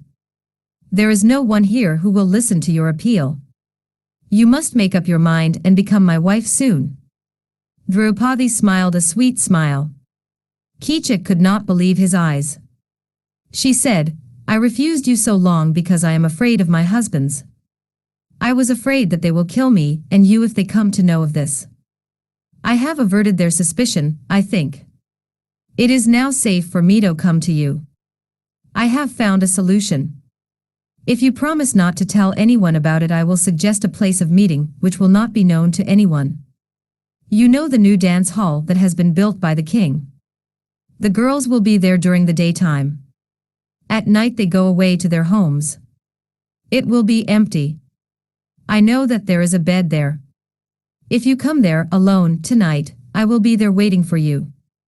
But remember, no one should know about this tryst of ours. There in the hall. Tonight, I will give you what you deserve." Kichik was crazy with love for her. He was so happy at the thought of having this woman. He agreed to all that she said. He said, "Certainly. I will come alone. No lover will confide to anyone about his tryst with his beloved. I am grateful to you for being so kind to me. I will be at the dance hall at the time you suggest." He went away. Draupadi managed to meet Bheem and tell him that tonight was to be the night. Then she sat and waited impatiently for the night to come. 3 pairs of eyes were waiting for the end of the day. A moment seemed like a year to all of them. 11. The dance hall, the trysting place. It was nearing midnight. Covering himself with a soft piece of silk like a woman, Bheem stole out of the kitchen. Draupadi was waiting for him.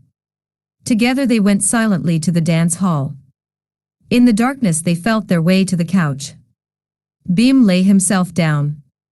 Draupadi stood behind a pillar. They were waiting. Kichik had been waiting too impatiently for the night to come. He spent all the time adorning himself. The day seemed so long to this victim of fate. Kichik was handsome. But today he looked more handsome than ever. His handsomeness was like the final glory of a lamp that is just about to be extinguished. Kichik entered the dance hall. In the darkness lit up only by the starlight that was filtering in through the immense windows, Kichik walked towards the couch. He saw a form lying down on it. He hurried towards the couch. He went near.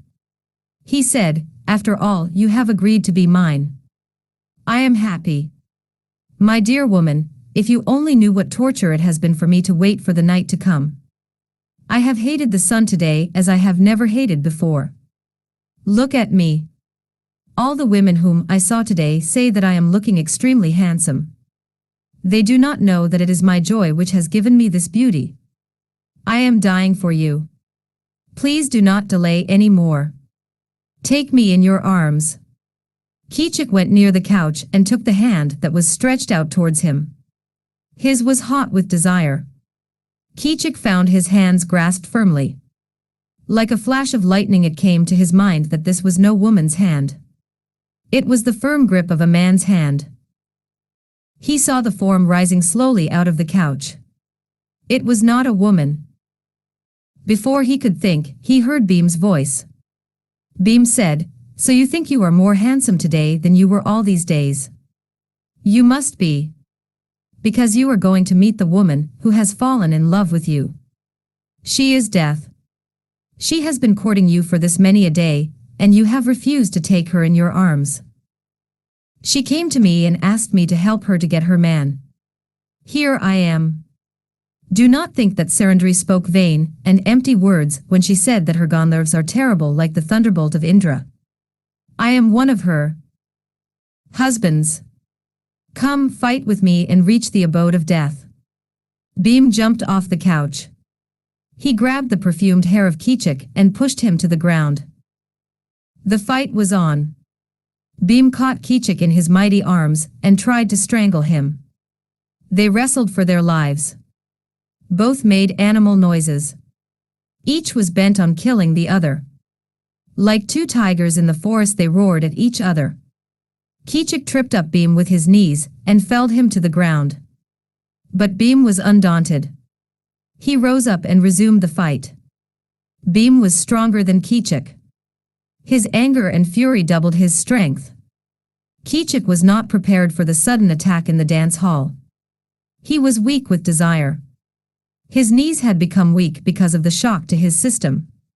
He had been deceived by a woman who had pretended to love him. Kichik had had sleepless nights.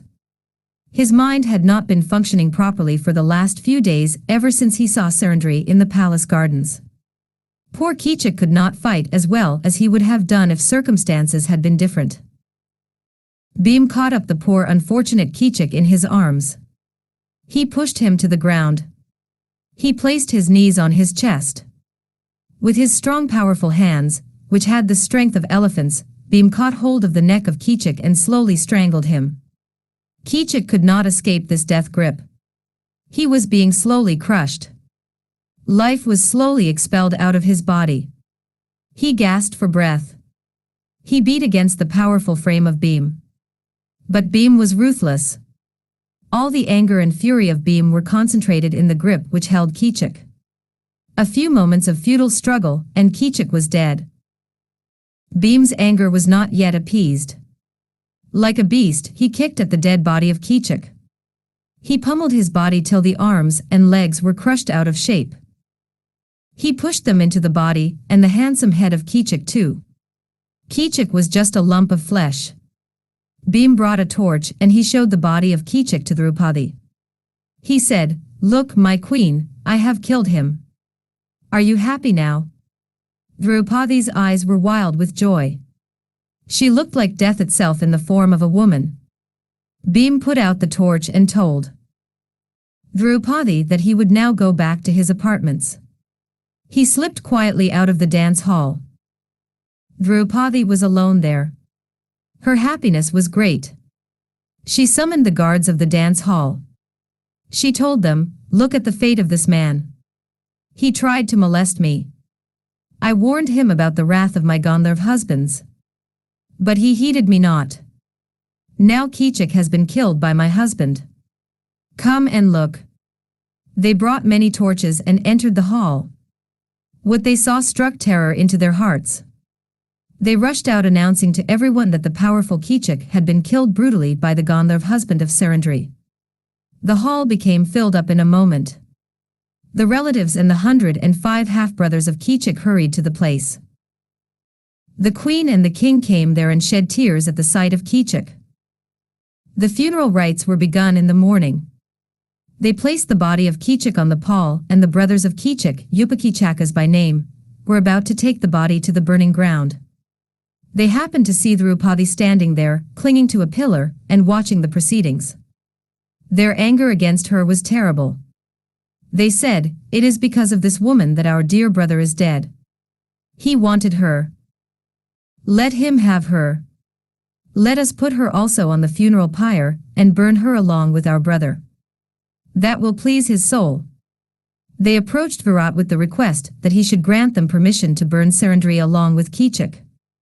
The king did not dare to say no to the powerful brothers of Kichik. He allowed this act. The Upa Kichiks caught Draupadi and tied her up. They placed her on the bier. They said, "It is but right that you should go with your lover. It is not right to forsake him because he is dead. You must follow him to the abode of Yama, where you have sent him." Draupadi set up a wail that could be heard all over the palace. She said, "O my husbands Jayesh, Vijay, Jayatsna, Jayadbala, please come and help me. These brothers of Kichik are carrying me to the burning grounds. They are trying to burn me along with Kichik. Where are you, my dear husbands? Please rescue me from this fate." Her voice reached the ears of Bheem. He shouted back and said, "I am here. I have heard you. I will take care of you." Bheem was in a terrible predicament. When he killed Kichik it was night. He could then come out in the dark without being noticed by anyone. But now it was broad daylight. But he had to go. He leaped the wall of the palace and rushed towards the burning grounds by a shorter route. He reached the place before the funeral procession arrived there. He had uprooted a tree already. He attacked the Upa Kichiks. He had to finish the work before he could be recognized by anyone. Bheem fought desperately. His fury gave him new strength. He struck at all of them. They had not expected anything of the kind. They did not know that they would be attacked. This surprise attack was too much for them. On top of that, they had a feeling that they were not fighting with a mortal man. They were afraid. Bheem killed every one of them. The burning ground was now strewn with the bodies of the brothers of Kichik. Bheem undid the ropes which bound Draupadi. He asked her to go back to the palace. He went back to his apartments. He bathed himself and went about his work as though nothing had happened. The city was terrified because of the events that took place. Everyone looked at Sarandri as though she were something dreadful. The king told his wife, "This woman is too beautiful. Looking at her, all men are overcome with love for her, and then her husbands come and kill these unfortunate men. I am afraid it is too dangerous to have her in our kingdom. You must tell her that you cannot keep her here any longer, and that she has to look elsewhere for a home." Sudeshna went to her palace and summoned Draupadi to her presence.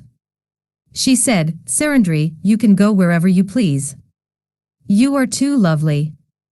We are afraid to have you with us. You spell death to everyone. I have lost my dear brother because of you, and my 105 step-brothers too. You are a cruel-minded woman. You have abused the love I gave you. You have behaved ungratefully towards me. I gave you a home when you needed one. You can go back to the Gandharvas you talk about. I cannot have you with me any longer." Draupadi said, "My queen, I am sorry I have caused you unhappiness. I tried my best to avert this tragedy. I told you so many times that the consequences would be like this. But you would not listen, nor would your brother. But please bear with me for 13 days more, just 13 days. The curse under which my husbands are laboring will lift in 13 days. I will then leave you and go away. I am talking for the good of you and your king. The Gandharvas will be grateful to the king for his kindness and yours. I know that the sight of me is hateful to you who loved your brother dearly. I know that I am not loved by anyone here. But just for 13 days more, please put up with my presence. You will be glad about this later, believe me." Sudeshna had to agree to the appeal of the woman. She said, "You are too powerful. We are helpless in your hands. I am appealing to you for help. Please do not make your husbands destroy us. I love my husband. My happiness is in your hands. You must protect us." Sudeshna wiped her tears with her mantle and walked away from the chamber. 12. The assembly in Hastinapur. The spies of Duryodhan had been sent to all the countries to find out the hiding place of the Pandavas. Their search was fruitless. They returned one by one to Hastinapur. Duryodhan was there surrounded by his brothers, Radheya, Drona, Bhishma and the Trigarta brothers. The spies said, "My lord, we searched for the Pandavas all over the world. They cannot be found anywhere. We looked for them in all the forests. They were not to be found. We went to Dwarika and looked there. We could not find them. Nor did the people talk as if they knew about the Pandavas. They are not in Panchal either. We have a feeling that they are dead. You can enjoy this world without any rivals. During our tour round the world we heard a piece of news that is the topic of conversation. Everywhere. It will interest you. You must remember Kichik, the commander of the army of the Matsyas. Kichik had defeated these Trigardas, you remember. Kichik was killed by some unknown person in the middle of the night. They say that it is because of a woman that he met with his death. His brothers, the Upa Kichiks too, were killed by the same Gandharv who is said to be the husband of the woman. That is the only piece of news we could gather. As for the Pandavas, there is no trace of them. There is no evidence that they are alive. They seem to have vanished from the face of the earth. Duryodhan dismissed them from his presence after rewarding them for their trouble. He pondered for a moment. Then he spoke, "We must try again to find out where they have gone. We realize that the time is very short. In a few days more the time of their exile will be over and they will come out into the open. We must discover their hiding place. If we do not succeed they will come and claim their kingdom. We must send spies who are more efficient. Perhaps they are dead, as the spies say. Then it will be excellent." Drona got up and said, "Do not entertain such vain hopes, Duryodhan. People like Yudhishthir and his brothers cannot die an early death. They will be long-lived. Why are you so keen on finding out their hiding place? You sent them to the forest by unfair means. You have enjoyed their wealth for 13 years now. Why do you not wait for the end of the year? When they come back and claim their kingdom, why should you not give it back to them? If you do that, yours will be undying fame." Drona's speech was followed by that of Bhishma. He said, "What the Acharya said is right. The Pandavas cannot be destroyed. They cannot be dead. I know that my advice will not please you or your father. Still I will speak. What is the use of wasting one's breath by saying 1,000 things? I will sum it all up in one sentence: where there is dharma, there is victory. My child, you are just burning up your energy trying to find out where they are. I will give you a clue. Where Yudhishthir lives, the place will be more fruitful. There will be no place for envy, for rude speech or for ire, in the land where Yudhishthir lives. The people will be God-fearing.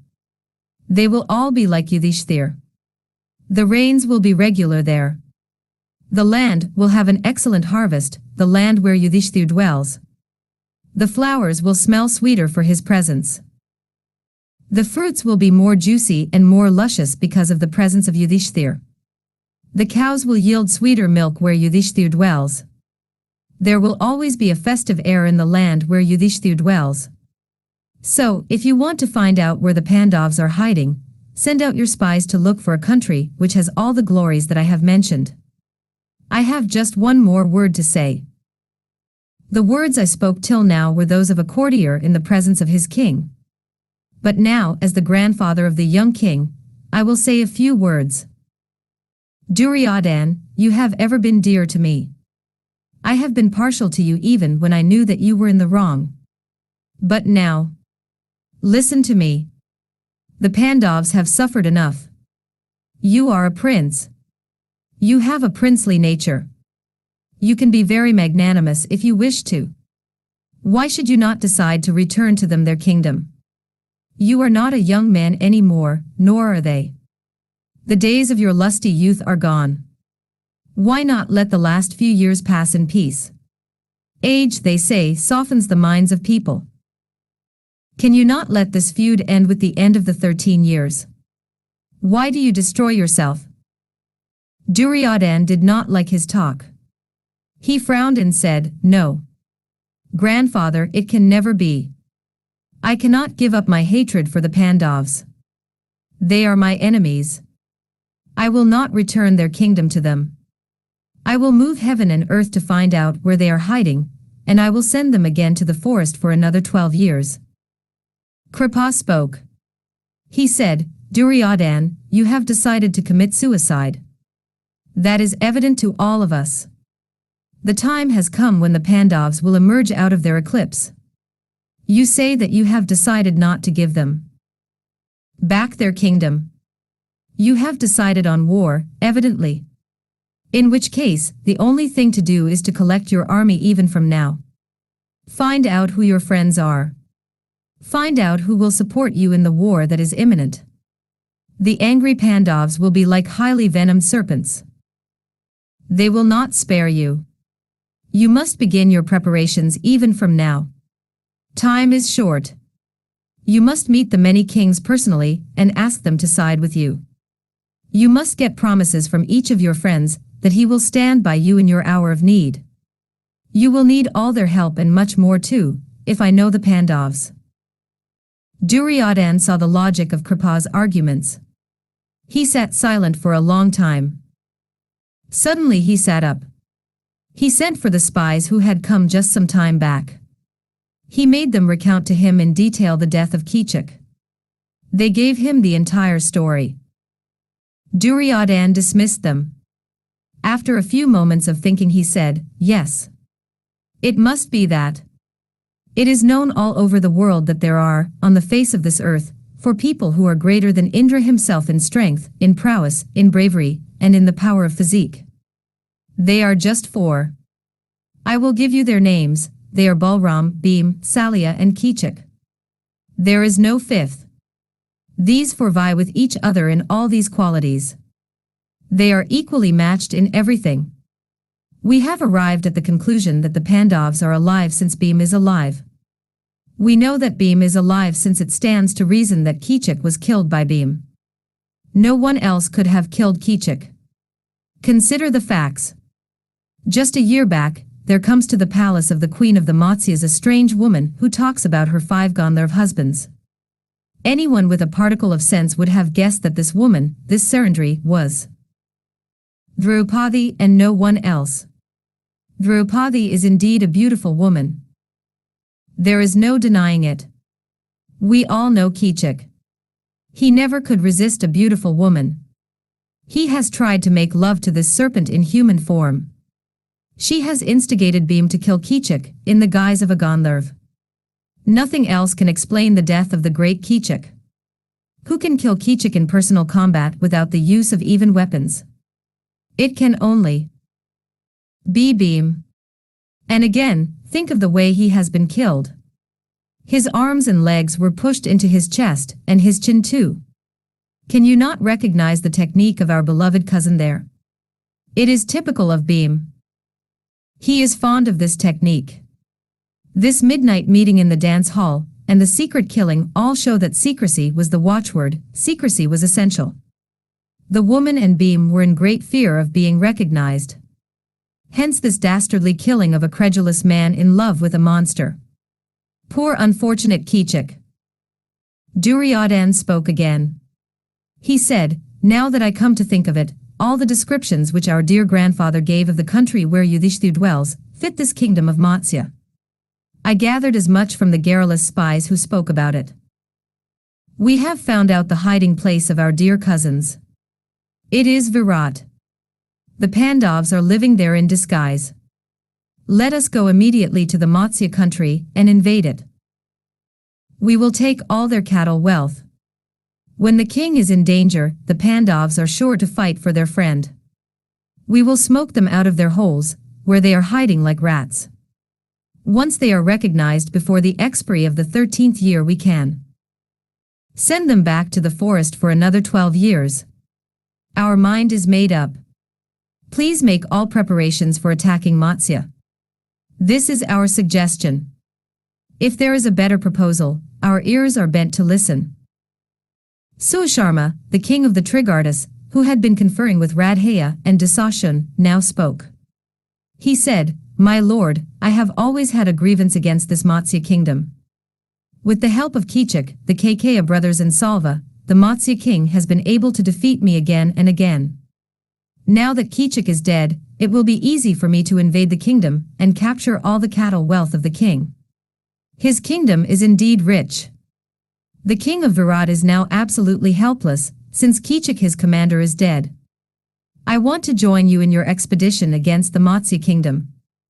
I will be of immense help to you in this attempt of yours. Against Virat. Radheya said, Susanna's words are true.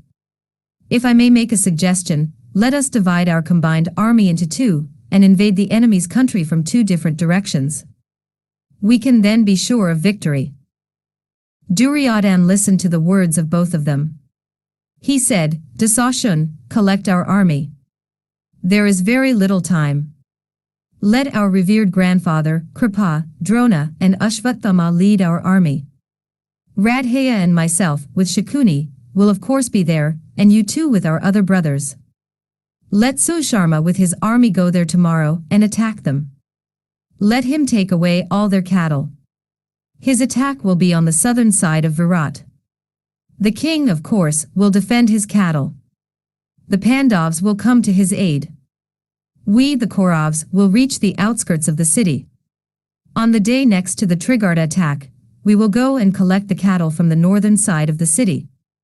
We can be sure of success in both our endeavors, the conquest of the Matsya kingdom, the gain of his cattle wealth, and the unmasking of the Pandavas. So, it is decided that Susharma attacks Virat on the 8th day after the new moon. We attack on the 9th day. Let us now dissolve the council. The council hall emptied itself. The preparations for the invasion into Virat began with feverish haste. Susharma went to his city to collect his army. There was excitement in the heart of everyone. 13. Virat's cows stolen. The cows of Virat were being stolen. The cowherds were not able to protect them. The onslaught was so sudden. Under their very eyes the cows were being taken away. They could do nothing. They were powerless against the rain of arrows and javelins which were hurled at all of them. They left the cowsheds and ran to the court of the king. They cried out, My lord, please come to our rescue. Enemies have entered the city, and they have taken away all the cows from the sheds. Immediately the king collected a huge army, and began to march in pursuit of the offenders. It was a very big army. Elephants, horses, chariots and footmen made up the immense army. The king had his brothers to help him. Sadanika was one. Madarayzwe was the second and Suryadatta was the third.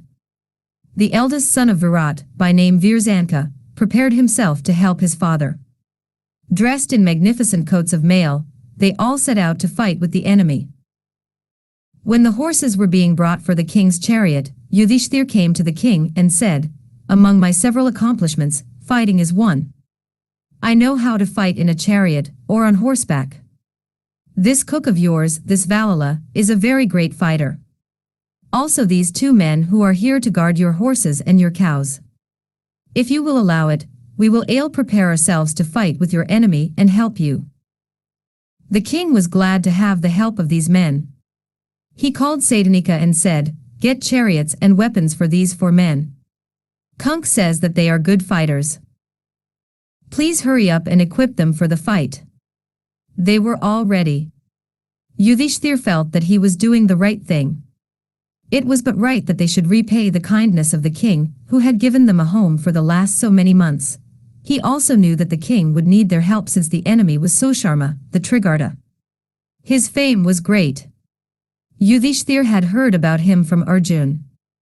The army left the city and proceeded towards the field. The fighting began. The Trigarda brothers were powerful fighters. If Kichik had been alive he would have routed their army in no time. But without him the king found the enemy to be formidable.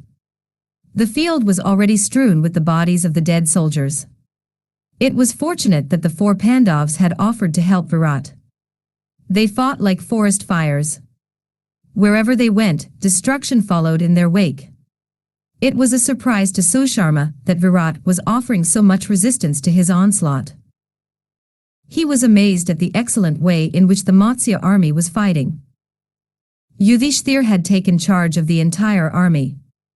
He arranged it as a phalanx in the shape of an eagle. He occupied the head of the bird, Nakul and Sahdev were the guards for the wings, and Bheem was at the tail. In this manner they were able to attack the enemy very effectively. Thousands of soldiers were killed by Yudhishthir. Bheem killed double the number of soldiers. The twins were even more terrible. Nakula's victims were 3 times Yudhishthir's and Sahdev's 4. Satanika was excited at the excellent help the Pandavas were giving him, and he fought well. Virat was proceeding fast, cutting his way into the army like a sickle working its way into a field of corn. He met Susharma.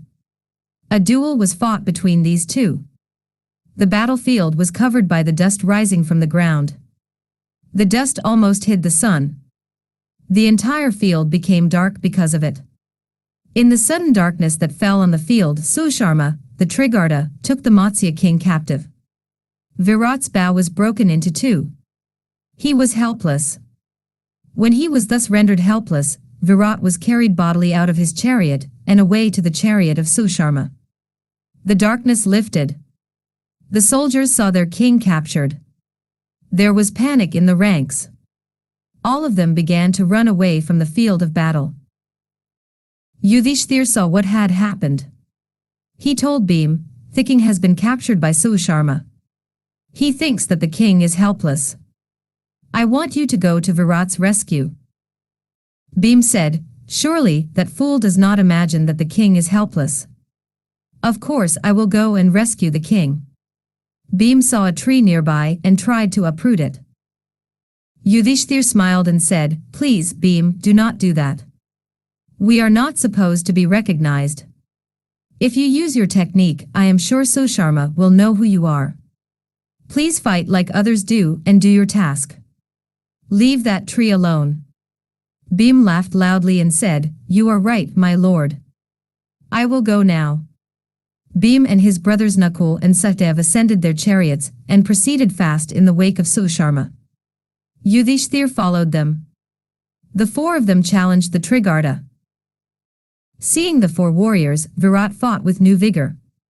Lifting up his mace, Virat fought with Susharma in the chariot itself. Before the winking of an eyelid, Bheem had jumped into the chariot of Susharma, the Trigarta. Bheem said, "You have been harassing our king and our cattle. You have wounded the poor innocent people who were guarding the cattle. Without any reason or any provocation you have waged war on the Matsyas. Why should I not kill you for this?" Bheem defeated him easily. He made Susharma unconscious and he bound him hand and foot. He released Virat. He carried Susharma to his own chariot and brought him before Yudhishthir. Yudhishthir laughed at his victim and told Bheem, "Release the sinner." But Bheem would not do so. He said, "Susharma, if you have any desire to live, then you must admit in front of all the people, your soldiers and ours, that you are the slave of our king. That is the etiquette of war and you must follow the rules." Yudhishthir smiled at his brother and said, "No, do not keep on insulting him. He has become a slave already since he has been defeated. Do not humiliate him by asking him to admit it. Release him." Susharma went away from their presence, his face burning with shame. The cattle had been regained. The enemy had been routed. Virat was very pleased with the 4 Pandavas. They spent the night in the tents pitched on the battlefield. Virat could not find words enough to praise Yudhishthir. He said, "I do not know how I am going to repay you for your help. It was you 4 who won the war for me today. I would have been the victim of Susharma, but for your timely interference. I will give you all that I own. Tell me how I can repay you." Yudhishthir said, "I am glad we have been of some help to you. What we did was but our duty. You have helped us all these months, and this was just our way of showing our gratitude. You do not have to repay our kindness, as you are pleased to call it. We did nothing remarkable." Virat was not satisfied. He wanted to give them everything he had. He said, "When I think of the valor of Valala, words fail me. I must reward him." Yudhishthir spoke sweet words and asked the king to send messengers to the city announcing the victory of the king. He sent word too to make arrangements for the triumphal entry of the king into the city. They spent a very happy night on the battlefield. They decided to leave for the city after the sun had risen. 14. Uttar Kumar, the young prince. On the day following the Trigarta attack, as per their program, the Kauravas attacked the city from the northern side. They came and captured the cows. The cowherds, taken by surprise, could not defend the cows and rushed to the palace and told their story to the people there. They entered the palace and went right in. There they found no one except the younger son of Virat, by name Bhumanjaya. He was better known as Uttar Kumar. The cowherds went to him and told him about the havoc that had been caused by the onslaught of the Kauravas. They said, "Your father has gone to fight the Trigarta army. You must now come to our rescue and help us to recover our cows. Please prepare yourself for the fight. Please do not be late. The enemies have already gone quite some distance. You will have to overtake them and bring the cows back for us. The king thinks that you are a worthy son of a worthy father. Please come at once. You are engaged in playing the veena. Keep it away from you. Take up the veena called the bow and play sweet music on the strings of the bow and put fear into the hearts of your enemies with your music. Please hurry." The prince was sitting in the midst of the women of the royal household. He spoke now. He said, "Certainly. I will go at once and attack the enemies. I will take up my mighty bow and destroy the entire host of the Kauravas. But just at the moment I am in a terrible predicament. I have no charioteer fit enough to steer my horses through the ranks of the enemies. You all must know that half the battle is won because of a good charioteer. Without him, there is every chance of my losing the battle. He must be a capable person. He must be used to drive the chariots of heroes like me. My own charioteer was killed recently in the great war I fought for 28 days and nights together. I ask of you all to get me a good charioteer immediately. I do not care about the enemies. If I have a good charioteer I can tackle Bhishma, Drona, Kripa, Ashvathama and Radheya single-handed. That does not worry me in the least. I can fight with the Kauravas as Indra fought Vritra. I can kill all of them. I will rescue the cows in a moment. People who see me fighting will say, 'Is it Arjun?' There is no one else who can fight so well. I am confident of that. Please arrange for a good charioteer at once." Draupadi was there with the other women. She heard his words. She could not bear to hear the bragging of the prince and his talking CF himself as the equal of Arjun. Arjun looked at her anger and smiled to himself. He managed to get a few moments alone with her.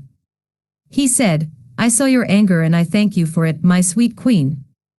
Go now to Uttara, the princess, and tell her that in his fight with Indra during the burning of the Kandav forest, Arjun's charioteer was Brihanala. Tell her that she can go and tell her brother about this. Tell her all about the greatness of Brihanala. Ask her to suggest me as a charioteer for the prince. We will see what he does after that." Draupadi did as she was told. She went to Uttara, the princess, and said, "Your brother says that he cannot fight since he thinks that he has no one good enough to steer his horses. I know of one who can do it for him. Brihanala is a good charioteer. I know that she was the charioteer to Arjun himself when he fought with Indra during the burning of the Kandav forest. That was why Arjun was able to defeat Indra. I know about the prowess of Brihanala. If she takes the reins of your brother's horses in her hands, no one can defeat your brother. All the enemies will be defeated. All the Kauravas, Devas and Gandharvas will easily be vanquished. You can be sure of that. Please tell your brother to take Brihanala." The princess was very happy. She rushed to her brother and said, "My dear brother, you can get ready for the fight. I have secured a charioteer for you. Sarandri tells me that our dance teacher, Brihanala, is a good charioteer. Sarandri says that Arjun won the fight with Indra with Brihanala as his charioteer. Hurry up, brother, get ready. Uttar Kumar summoned Sarandri to his presence. She told him all about Brihanala. She rained praises on her. The prince said, Brihanala is neither a man nor a woman. How can I, a pure Kshatriya, have a woman for a charioteer? I do not think it is right. It will be beneath my dignity if I have a woman to steer my horses. I will have to give up the idea of fighting. Sarandri said, you may be right. But in an emergency like this you must not think too closely on these small matters of etiquette. Your father has gone out to fight. During his absence this emergency has arisen. It is up to you, a real Kshatriya, to conduct yourself as a worthy son of a worthy father. These small matters should not be remembered at a time like this. Please summon your charioteer Brihanala to your presence. Uttar Kumar had to agree to this. His sister was standing by his side, proud of him and his imminent fight with the Kuru army. He saw that he was now considered a hero by all the women. He had to keep up that impression. He asked the princess to summon Brihanala to his presence. Arjun entered the hall with shy, hesitant steps. It looked as though he was ready to faint with shyness. Uttar Kumar said, I hear from Sarandri that you were the charioteer to Arjun. She says that you are the greatest of all charioteers. Indra's Matali, Derek of Krishn, Sumantra of Dashrath are all insignificant when they are compared with you. That is what Sarandri says. I want you to be my charioteer. I have to go now to light with the host of the Kaurav army. Please get ready. Arjun smiled shyly and said, My lord, what do I know of fighting? I can only dance and sing. I am afraid I can do nothing to help you. Uttar Kumar said, Sarandri gives me a different version of your accomplishments. This is not the time for modesty. Please get ready. I must leave at once for the battlefield. The princess brought a dress glowing like the sun, to be worn by Arjun. He pretended that he did not know how to put it on. He made such a fool of himself in his attempts to put it on, that all the girls in the hall laughed at him. Peal on peal of laughter greeted the ears of all. Finally, in exasperation, the prince came and put the armor on Brihanala with his own hands. That was what Arjun wanted. He would not dress himself, not when he went out to fight. He told Uttar Kumar, I am ready, my lord. I will take you wherever you want to go. You can fight the Kauravs single-handed. I am waiting to see the glorious spectacle. Let us proceed, my lord. They took affectionate farewell of all their companions. The chariot was about to leave the palace gates. The Princess Uttara ran up to the chariot and said, Brihanala, when you come back do not forget to bring me beautiful silks and garments from the enemies after my brother has defeated them. Arjun smiled at her and said, I will not forget it, my little princess. I promise to bring you the beautiful silks worn by the Kaurav heroes. They set out in the direction in which the Kauravs had come to carry away the cattle. 15. Arjun and the young prince. Uttar Kumar said, Please hurry. I am impatient to meet the enemies who have dared to invade our city when my father is away. They thought, perhaps, that there are no heroes left in Virat. I will show them. They proceeded towards the enemy camp. Arjun was driving fast in the direction of the outskirts of the city where the burning grounds were situated. He was smiling to himself all the while. They had gone quite some distance when there came to their ears a great noise, like that of the ocean on a night when the moon is full. Uttar Kumar heard it and said, Brihanala, what is that noise? Arjun said, My lord, it is the noise from the Kaurav army, the army which you are to meet and vanquish in a few moments more. The chariot had gone a few yards nearer now. Uttar Kumar could now see the army. His eyes were wide with amazement. He just looked at it and said nothing. He was struck dumb. His tongue had gone dry and he felt as though he would choke. Arjun continued as if nothing had happened. He said, I have brought you to the spot from where you can see the Kaurav army arrayed just in front of you. Look, my lord. There on the white horse is seated Duryodhan, the Kaurav monarch. See how grand he looks. By his side you can see Dasashan, his dear brother. He is riding a grey horse. Can you see someone approach him? He is riding a beautiful brown horse. Can you see his noble handsome face? Can you see his wide beautiful chest? That is Radheya, the dearest friend of Duryodhan. He is the greatest archer on the side of the Kauravs. The king Duryodhan thinks that Arjun is as good as dead since his Radheya has sworn to kill him in the war that is to be fought very soon. Look in the other direction. Can you see the morning sun caught in a noose of gems set in a coronet? The coronet is worn by Bheem, the great veteran.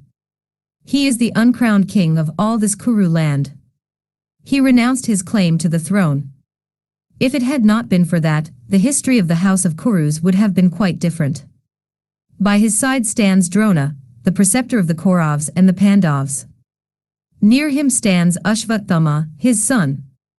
You can see even from here the jewel gleaming on his forehead. He is greater than even Arjun. You can now be the first person to fight, with all of them single-handed. Come, let us proceed quickly towards the field of battle. Uttar Kumar took one look at the army. His nerves failed him. His knees began to tremble. His brow was wet with drops of sweat. He looked at Arjun and with tears in his eyes, he spoke, I am frightened at the sight of this army. It is immense. Looking at the Kaurav heroes, my courage has oozed out. They are all invincible.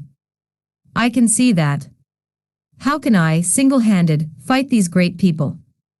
Indra himself will be frightened of this dreadful army. They are all past masters in the art of fighting. How can I fight with them? My body burns and I feel faint. My father, in his fight with the Trigardas, has taken away all the army. I am left alone. I am just a young boy. How can I fight with the Kauravs? Please turn the chariot back. If I look at this army for a moment more, I am sure to faint. Please take me back to the city. I am not going to fight. My mind is made up. Arjun laughed at him and said, You are frightened of the enemies. You are asking me to turn back. But a few moments back you said, Take me quickly to the battlefield. My dear prince, I tell you, do not be frightened of these Kauravs. They are not so powerful as they appear. You can easily defeat them. I will guide your chariot through their ranks easily. You are the son of a warrior. You are the nephew of Kichik, who was a very great man. He was the commander of your army. You must have some of his bravery in you. You must not lose heart so easily. Any number of difficulties may confront you. But if you tackle them one by one, you will find that they are not so formidable after all. I will lead you through the enemy ranks. Take heart. This will bring you lasting fame. Remember what you said in the presence of your sister and the other women in the palace of your father. You left the city with such pomp. And now, if you return like this from the battlefield, they will be ashamed of you. You are not going back. You are going to fight. I will not let you go back. Everyone will laugh at you and your cowardice if you go back now. I was mistaken in you. Because surrendering was for my coming with you, and because I was charmed by your brave words. I came out with you. Why are you afraid of this army? Even I, who is supposed to be afraid because of my sex, even I am not scared. Why should you be? Please do not bring shame on the family of the Matsyas by turning your back on the fight. Come, let us go. Be brave and you will surely be able to defeat the Kauravs. Uttar Kumar would not listen. He said, I do not care. Brihanala, you cannot understand my feelings. Let them take away all our things, our cattle, our wealth. Let the world laugh at me. I do not care. Let the Kauravas keep all our cows, they are welcome to it. As for me, I am going to return. I am not going to listen to you. I am going back to the city. Uttar Kumar jumped from the chariot and began to run in the direction of the city. Arjun was very angry with him. He said, "This does not become a prince. You are a Kshatriya. Please do not bring disgrace to your race. Death on the battlefield is better than this flight." Arjun's words fell on deaf ears. Uttar Kumar was running as fast as he could. Arjun jumped down from the chariot. With his red mantle and his long hair flying in the breeze, he ran behind the runaway boy. The earth resounded with his fast and firm steps. They had come very near the field when all this took place. They could be seen by the enemies. The soldiers and others too were looking at everything that was happening. They saw a lonely chariot first coming from the city. They saw a young man run away from the fight, and a strangely attired person pursuing him. They saw the entire drama as they would a dumb show. Their interest was now aroused. The soldiers spoke among themselves. Who is this young boy who jumped out of the chariot and ran away? Who is this other person whose attire is so fantastic? They were still watching. The attention of Drona was caught now. He said, "He is dressed like a woman. But he is a man. The boy is running away because he is scared, I can see that. The person who is following him seems to be trying to force him to come back and fight. He is dressed like a woman. But wait a moment. His figure is familiar to me. I have it. It is very much like Arjun. It is the same head and the same neck. I can recognize it even from here, from this distance. Those beautiful arms can belong to no one else. I know them. Look at those wide shoulders and that broad chest. It is Arjun and no one else. It can only be Arjun who has the courage to face our army alone." Radheya was listening to the words of Drona. He said, "In the city of Virat, all the soldiers had to go with the king to fight with our Susharma. Only this son of the king had been left behind. He was desperate. He must have caught hold of a eunuch to drive his chariot and come to the battlefront. Admirable, so far. They came up to the edge of the army. Looking at it, the poor child has lost his nerve, evidently. I do not blame him. He has jumped out of the chariot, and he is running away as fast as he can. The charioteer is even more nervous. He is running after the young boy, faster too, since he does not want to be left alone. That is what is happening there. I do not see why the name of Arjun should be brought up now." Kripa said, "Drona is right. It is Arjun. He is pursuing the boy. He will bring him back. He is planning to make that boy his charioteer, and he is going to be the fighter. I can guess that much from the actions of the two." Duryodhan was now irritated by this talk. He said, "Let him be Arjun, let him be Krishn, let him be Bhargav himself. It does not matter. None of them will be able to face us now. Even if it is anyone else in the form of a woman, I will fell him with my sharp arrows if he dares to fight with me." While this talk was going on, Arjun was running after Uttar Kumar. He came up with him and caught him by the hair. All the appeals of the prince were of no avail. Arjun would not let him go. He dragged him to the chariot and said, "You must not run away. I will not let you go. If you are afraid to fight, become my charioteer. Sit in my place and take the reins. I will do the fighting. You can depend on me. I will take care of you. Nothing can harm you as long as I am here. You are a Kshatriya.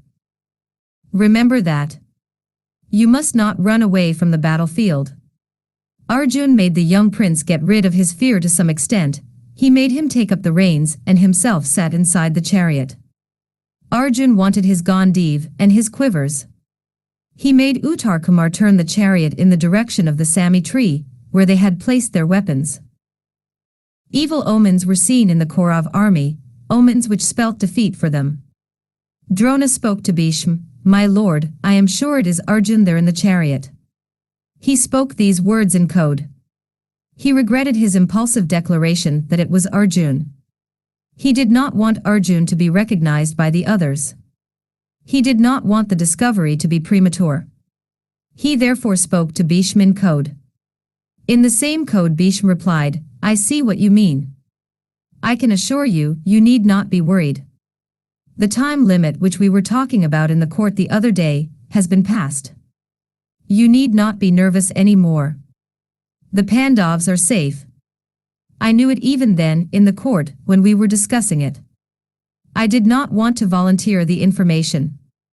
I want Duryodhan to learn a lesson. He may realize that the Pandavas are not easy opponents. This lesson may prove to be beneficial to him and avert the greater tragedy that threatens to come true." With great relief surging in his heart, Drona openly said, "Duryodhan, I am sure I am seeing Arjun and no one else.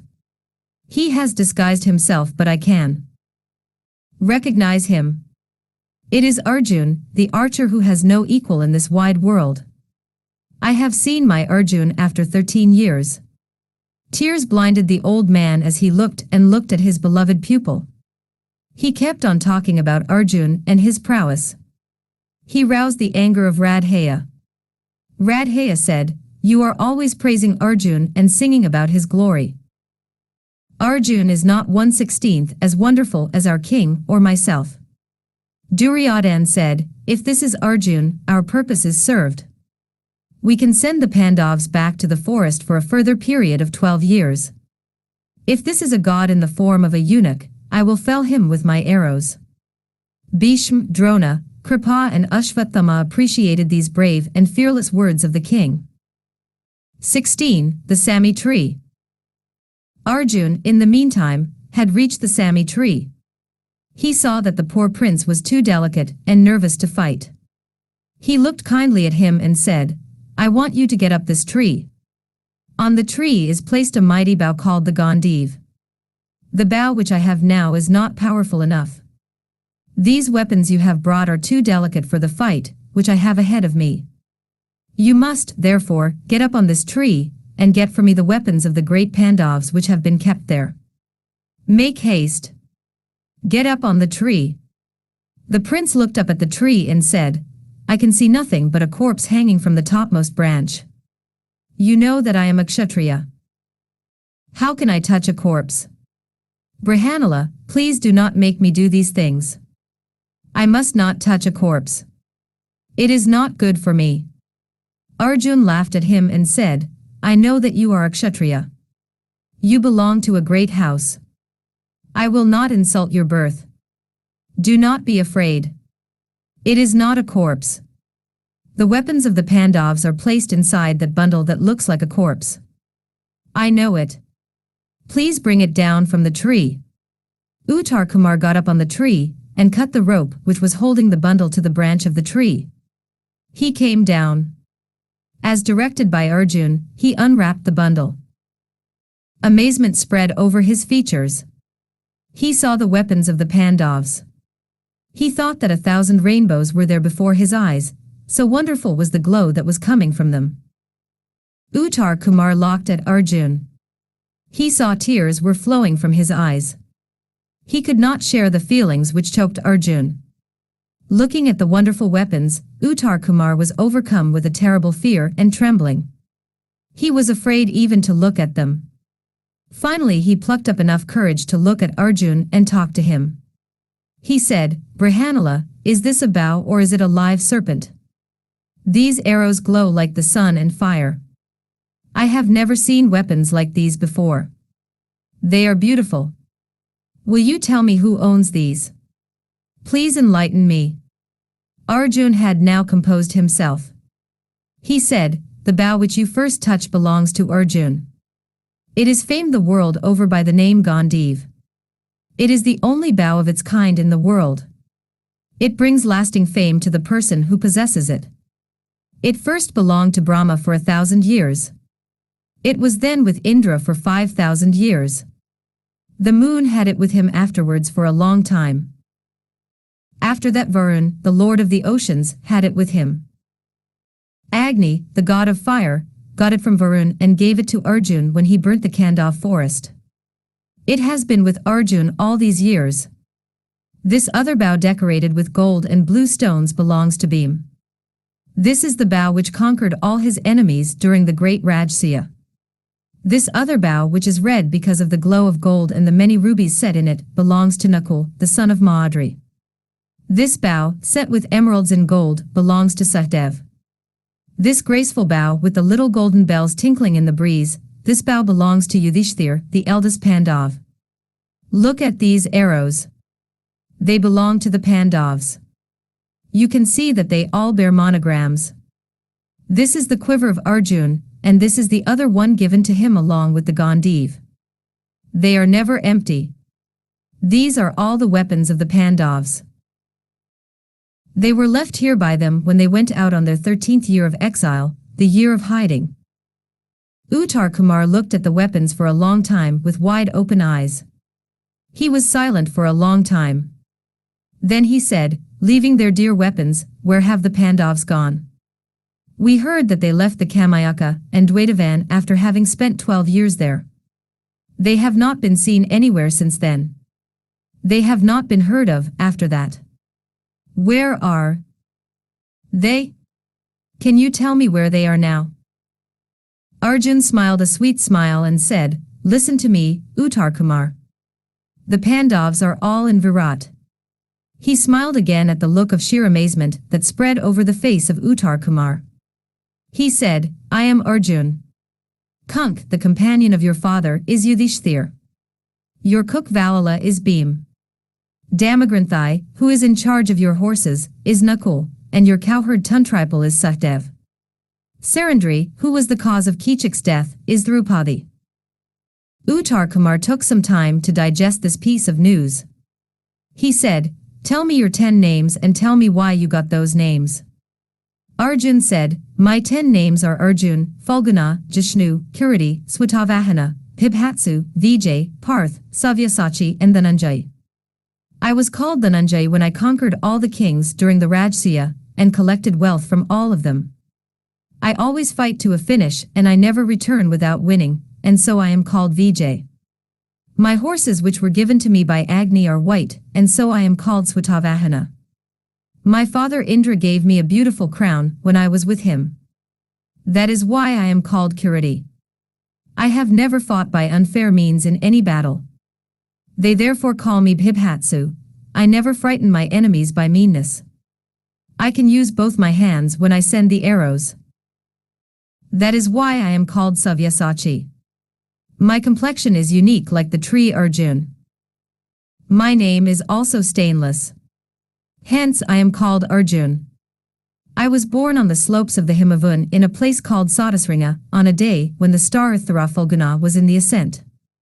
That has given me the name Falguna. I am called Jishnu because of the fact that I will be terrible when I am angry.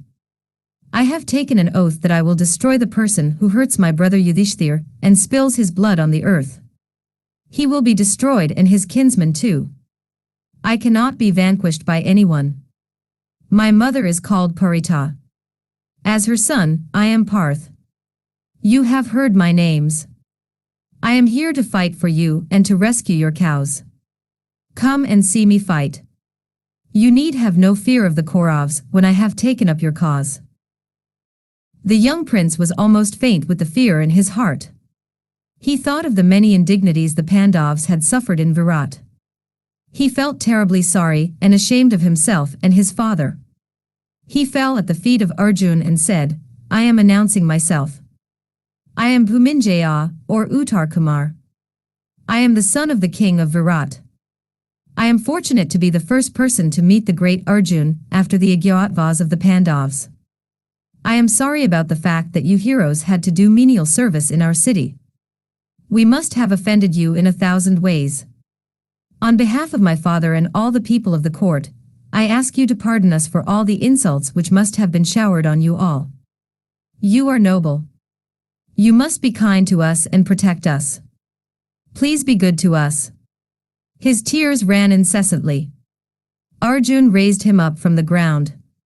He embraced him. He wiped the boy's tears away and comforted him. He said, "Come, it is getting late. Do not feel so bad.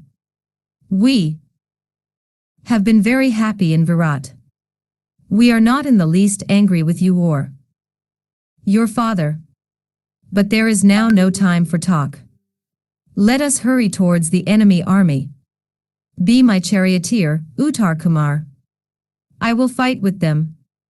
My bands are itching for the feel of the Gandiv. You will see some fun. Do not be afraid any more."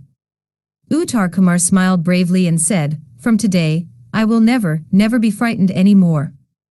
My fear has vanished like snow at the sight of the sun." He sat in the chariot after helping Arjun into it. Arjun saluted the Gandiv and took it up in his mighty hands. The chariot turned towards the enemy camp once again. 17. Radheya and Ashvatthama. Arjun had removed the lion banner of the Matsyas from the chariot and fixed his own 8 banner. He traveled fast towards the battlefield. He blew his famed conch Devdutta. His chariot made the characteristic noise. He approached the front. He had the Gandiv in his hand. He twanged the string. The noise struck terror into the hearts of the enemies. Arjun had taken his stand.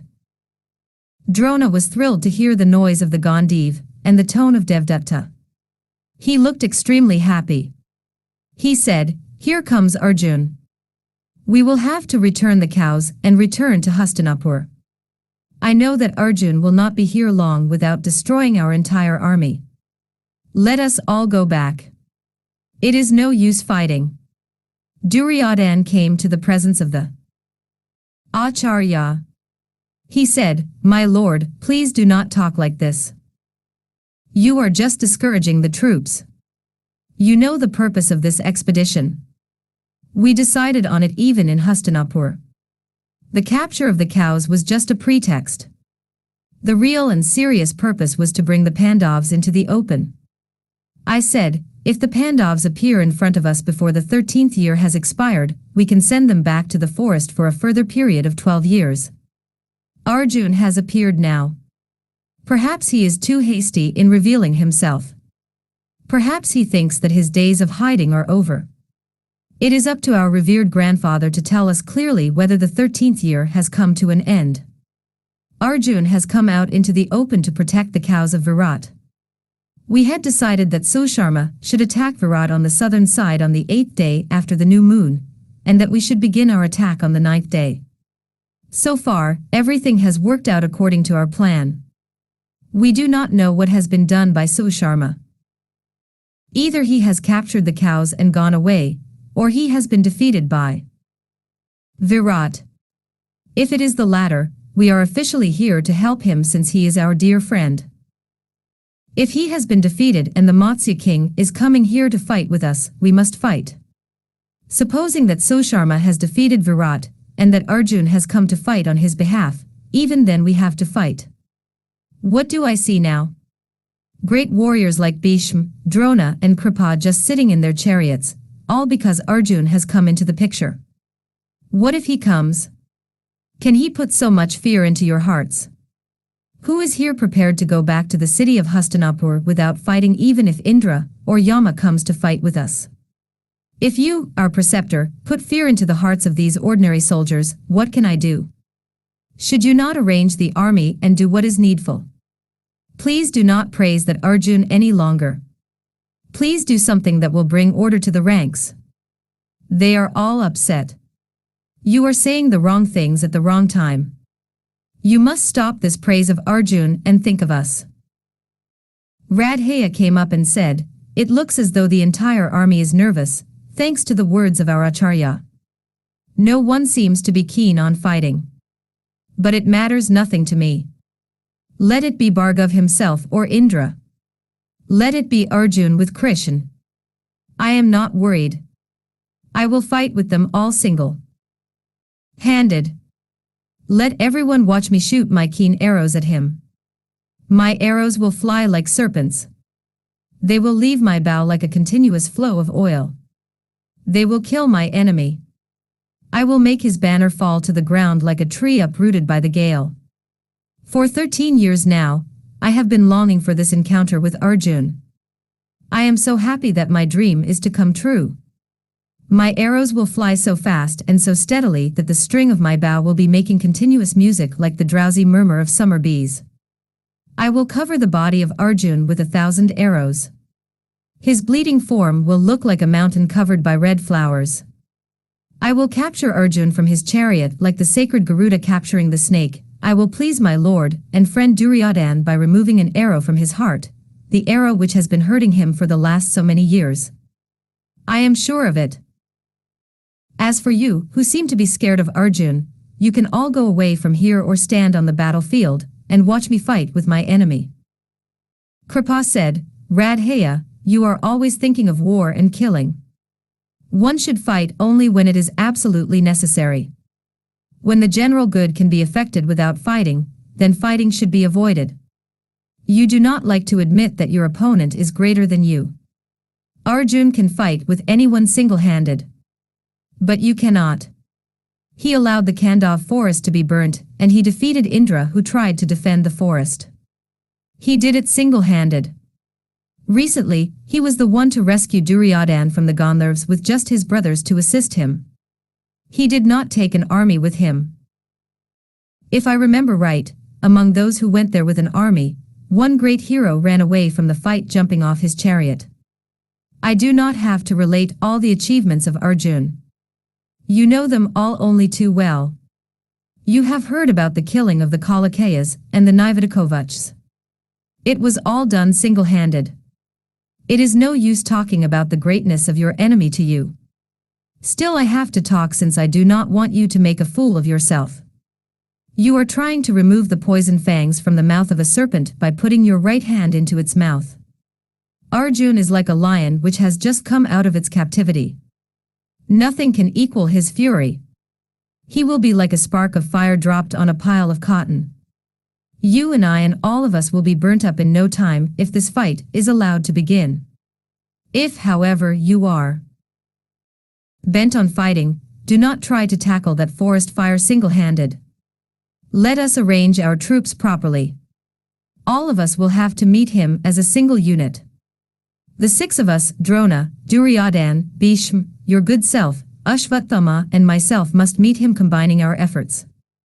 Your talk about fighting with him just by yourself is, I am afraid, too optimistic. You do not know what you are saying. You think too much of yourself and too little of Arjun. Radheya was wild at the tone of contempt which Kripa used. He said, I can see that the great Kripacharya has lost his nerve on seeing Arjun. Those who are afraid need not fight.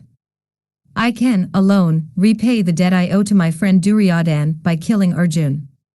Radheya turned to Duryodhan and said, Brahmins, my lord, are fit to be in the council only on certain occasions. They are good to consult when alms are to be distributed, or when a feast is to be given.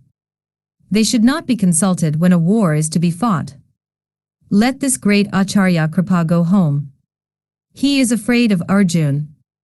I will fight. Ashvathama was listening to this talk for quite some time. His anger now became uncontrollable. He looked at Duryodhan and Radheya. He said, You have not done anything about defending the cows so far. You are not doing anything. You are just listening, Duryodhan, to your dear friend and his plans about what he is going to do. The cows have not left the boundary of the Matsya kingdom. They have not reached Hastinapur yet. Please talk after you have done something to talk about.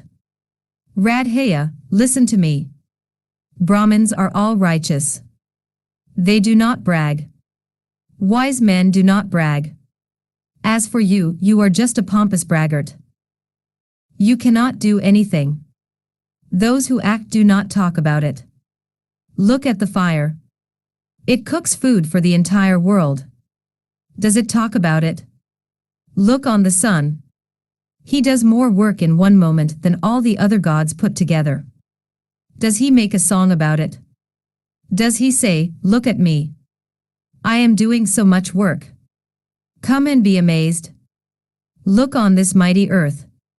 She bears the burden of animate and inanimate things.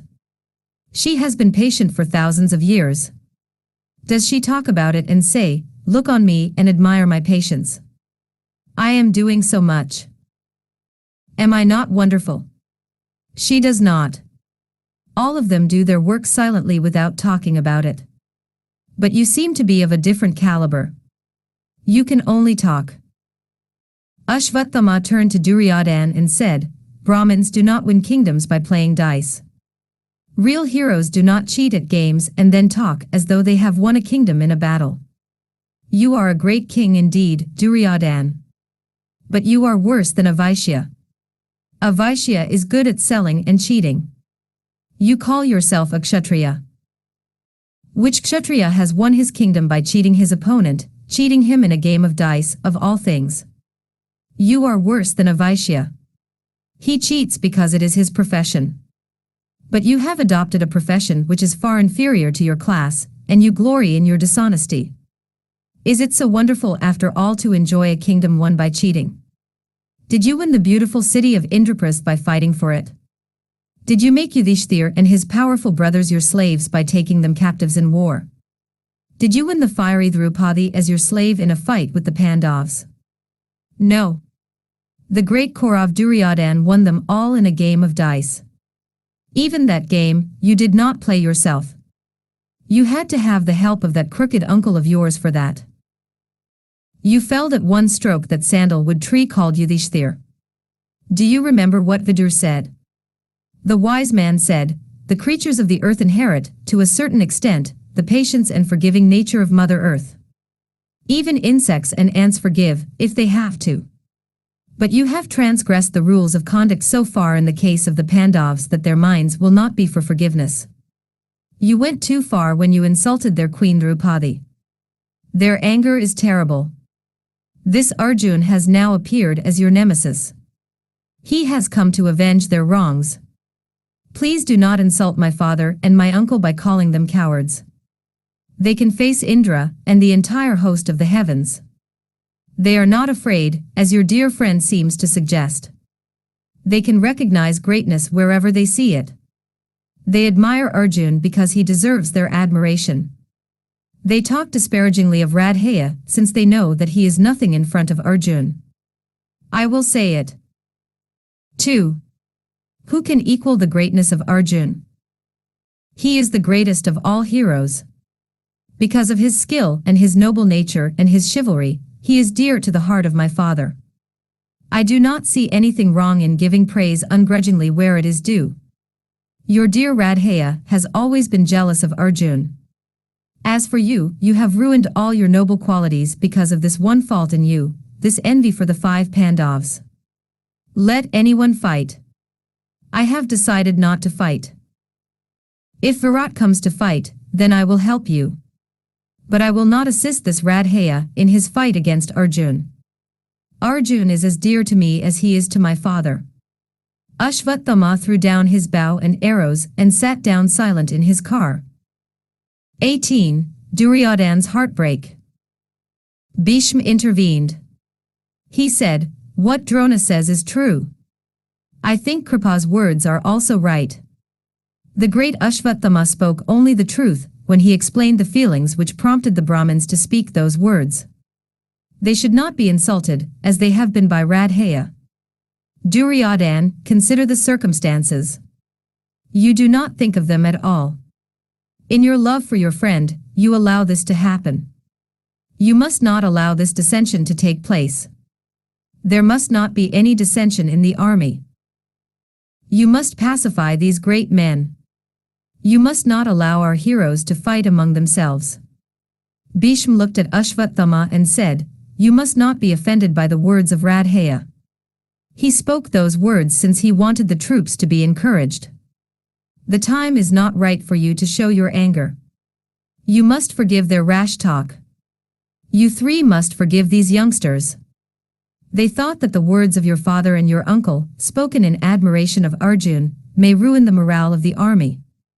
That is the reason why Radheya spoke so vehemently. Please be good enough to forget these things and concentrate on the immediate danger. We must all combine and attack Arjun. Wise people have short memories. Ashvatthama was slightly mollified by the words of Bhishma. He said, "Let my father forgive them. Let my uncle forgive them. I will not be angry if they give up their anger. I only thought that the merits of the enemy need not make this man jealous." Duryodhan realized the gravity of the situation. He asked Drona and Kripa to forgive them. He made Radheya also to ask them for forgiveness. Drona said, "My anger vanished as soon as I heard the words of Bhishma. Let us now forget this talk. Let us make arrangements so that Arjun does not meet Duryodhan in the fight. I know that Arjun has not revealed himself before the expiry of the 13th year. The exile of the Pandavas is over. Arjun's anger against Duryodhan will be terrible. Let us avert this meeting. I have no doubt that their period of exile is over. I request our revered Bhishma to clear the doubts of dear Duryodhan." Bhishma looked with pity at Duryodhan and said, "My child, Drona is right. Their term is over. The revolution of the wheel of time is steady. The stars and planets, however, have their effect on its progress. Astrologers have calculated every moment which slips by unnoticed by us. According to them, every 5 years there is an increase of 2 months in the length of time. During these 13 years there has been an increase of 5 months and 12 days. The Pandavas have spent 12 years in the forest and 1 year in hidings, but they have spent 5 months in unnecessary exile. This must have been known to Yudhishthir, and to the 4 brothers of that gentle soul. Yudhishthir is very righteous and very noble. He did not want to lessen the final year by these 5 months. With his brothers he has allowed himself to suffer that also in silence. He did not want to shorten this year. He does not want any argument about the exile. He does not want any hair-splitting arguments about the facts. Therefore he stayed silent. Arjun knows that the 13th year is gone. That is why he has come out into the open. Even that he has done because he wanted to help his king. The Pandavas, who are bound by the shackles of dharma, will never transgress it. They will never tell a lie. If Yudhishthir says that the term of the exile is over, it is over. That is all. He waited for a moment. Then he continued, "Look at this Arjun.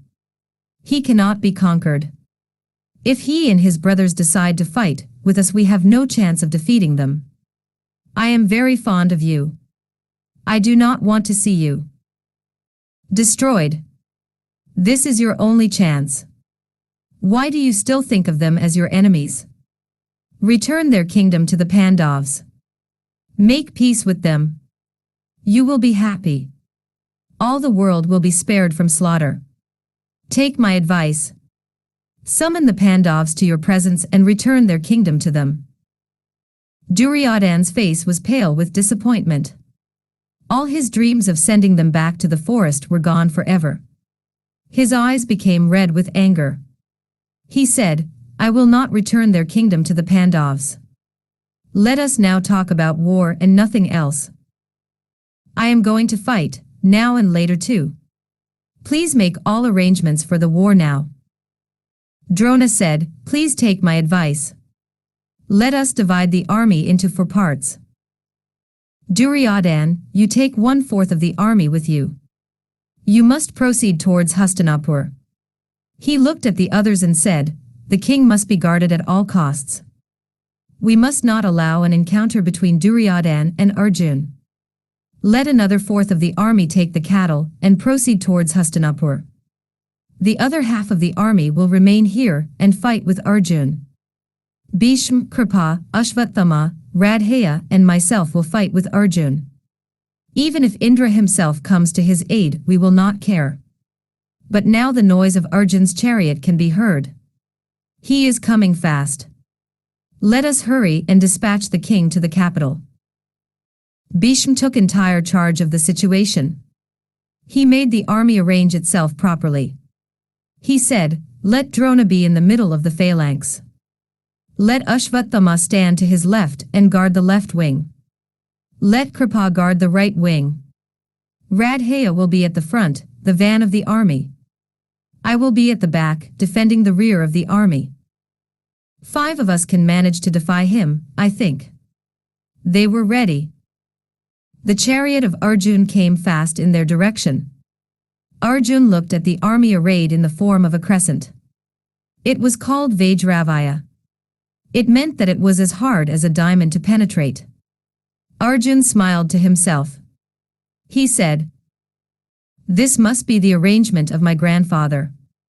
He is skilled in the arrangements of the army in these diverse phalanxes. He looked again and saw the banner of his grandfather.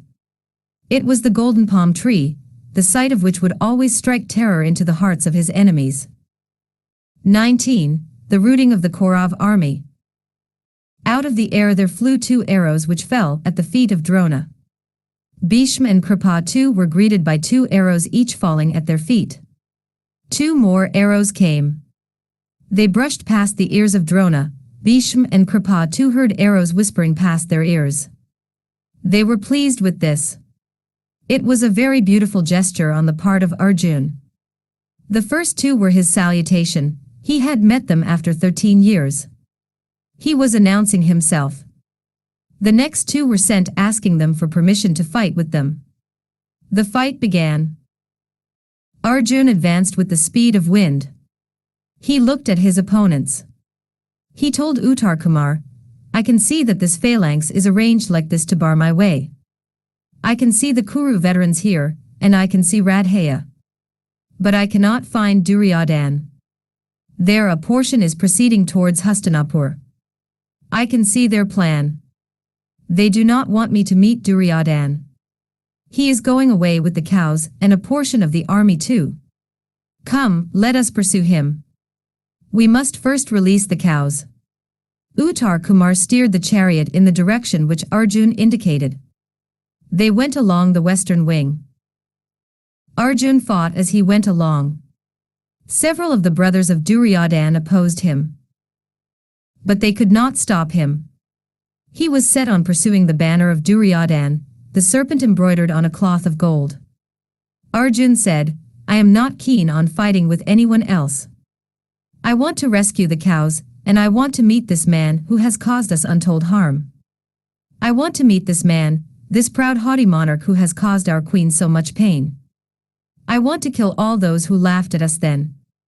But the king has escaped my sight. This must be the work of Drona. I am sure he wants to save the life of the king.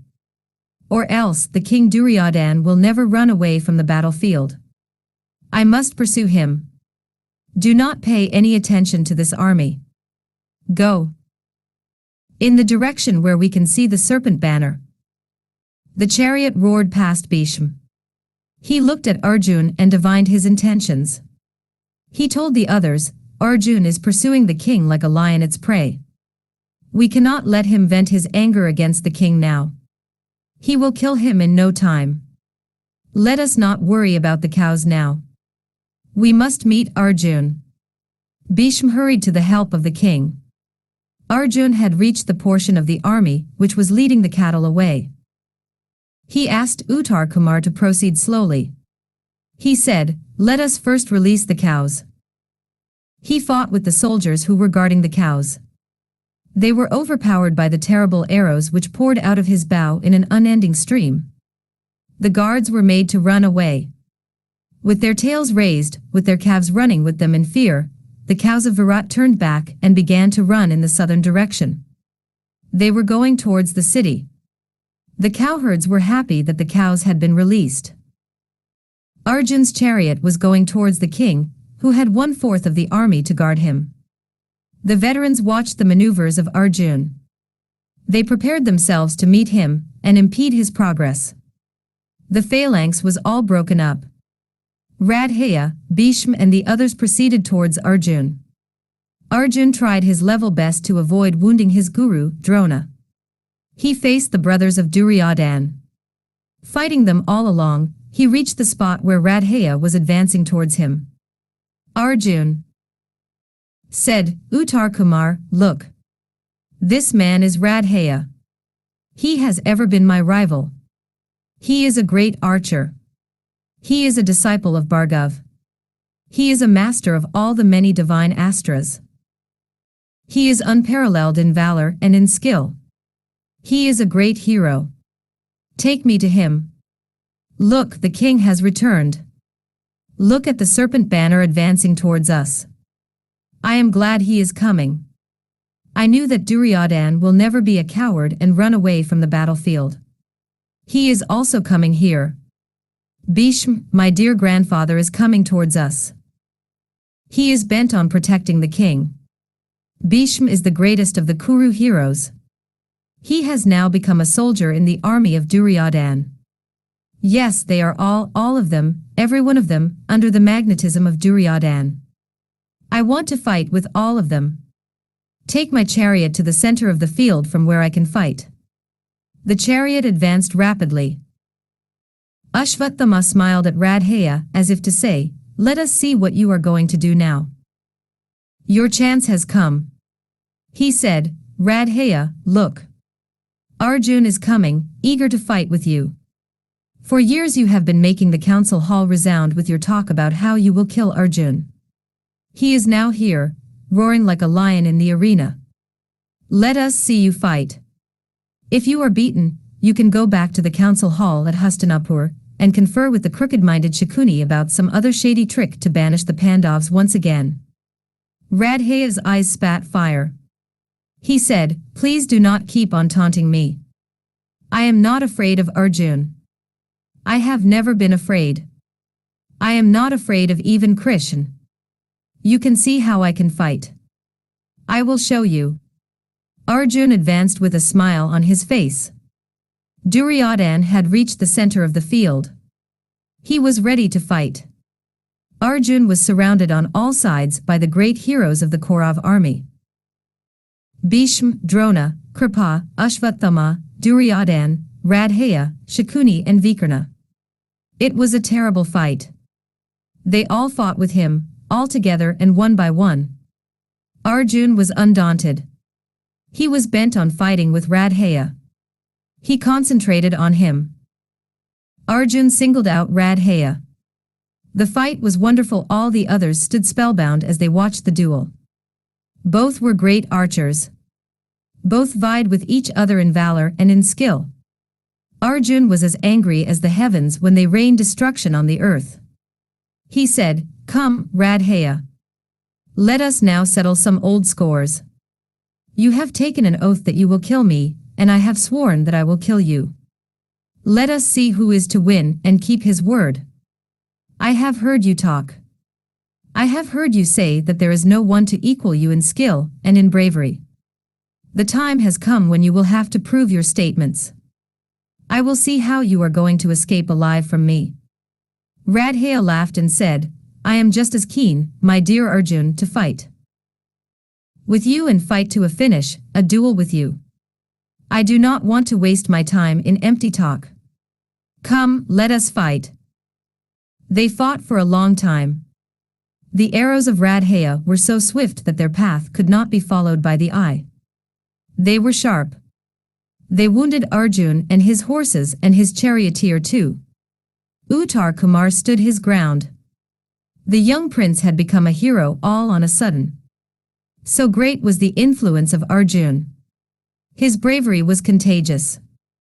For a long time Radheya withstood the onslaught of Arjun.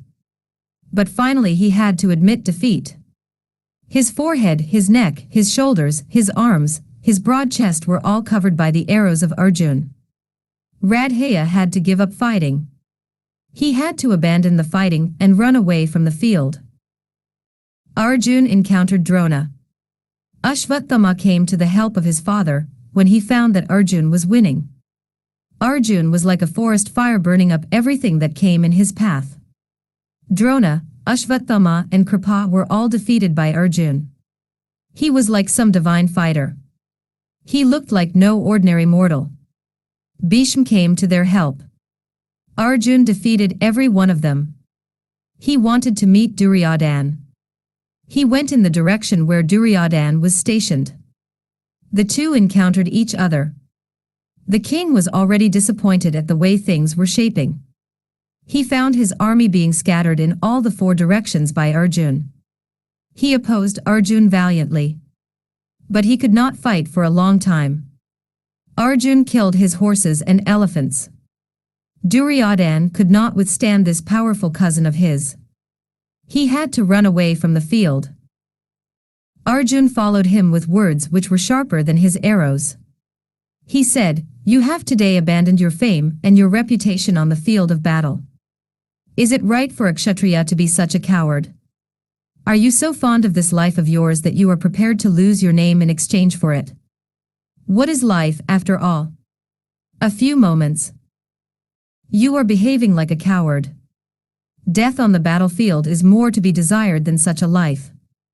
They have named you Duryodhan. It means that it is very hard to oppose you and fight with you. They call you Suyodhan. It means that you are a good fighter. You have today made both your names meaningless by this your behavior. You ought to be ashamed of yourself. Come, be a man and fight." Stung by these cruel words of Arjun, Duryodhan came back to fight. He fought like a wounded serpent. His pride was wounded, he had always been highly sensitive. He could not bear the insults that were being heaped upon him. Radheya came to his support on the right side. But it was not possible to defeat Arjun. Drona and the rest of them came up and surrounded Arjun once again. Arjun decided that he had caused enough havoc in the army. He invoked the astra called Samahan. It had the power of making them all go into a trance. Prince Uttar Kumar saw the entire army fall down as if in a faint. Arjun remembered the request of the Princess Uttara. He told Uttar Kumar, "They are all under a trance. Get down from the chariot. Go near them and bring their mantles and upper clothes. Go to Kripa and remove from his shoulders the white silk he is wearing. Look at that beautiful yellow silk which is lying on the chest of Radheya. Bring that. Go to Ashvathama and bring his apparel also. The king is sporting a blue silk. That looks lovely. Your sister will like it, I am sure. Collect that. Do not go very near my grandfather. He knows the counter incantations for this astra of mine. He may not be under a trance. Let us not risk going near him." Uttar Kumar leaped down from the chariot. He collected silks and jewels from the sleeping heroes. He came back to the chariot. They were ready to depart. Bhishma tried to stop the chariot. But his horses were killed by Arjun. After saluting Bhishma from that distance, Arjun returned to the outskirts of the city. They all got out of the trance. They wanted to pursue Arjun.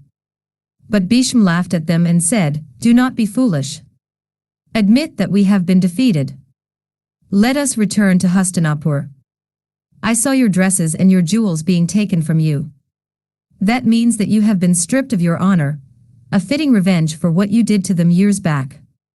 I tried to stop him, but I could not. He could have killed all of you while you were sleeping. But he is too righteous to do that. Let us go back to Hastinapur." Duryodhan was silent. His plans had all gone awry. He saw the chariot of Arjun in the distant horizon. From there Arjun sent arrows to fall at the feet of the elders. He took leave of them. He took leave of the king by sending an arrow which felled his crown to the ground.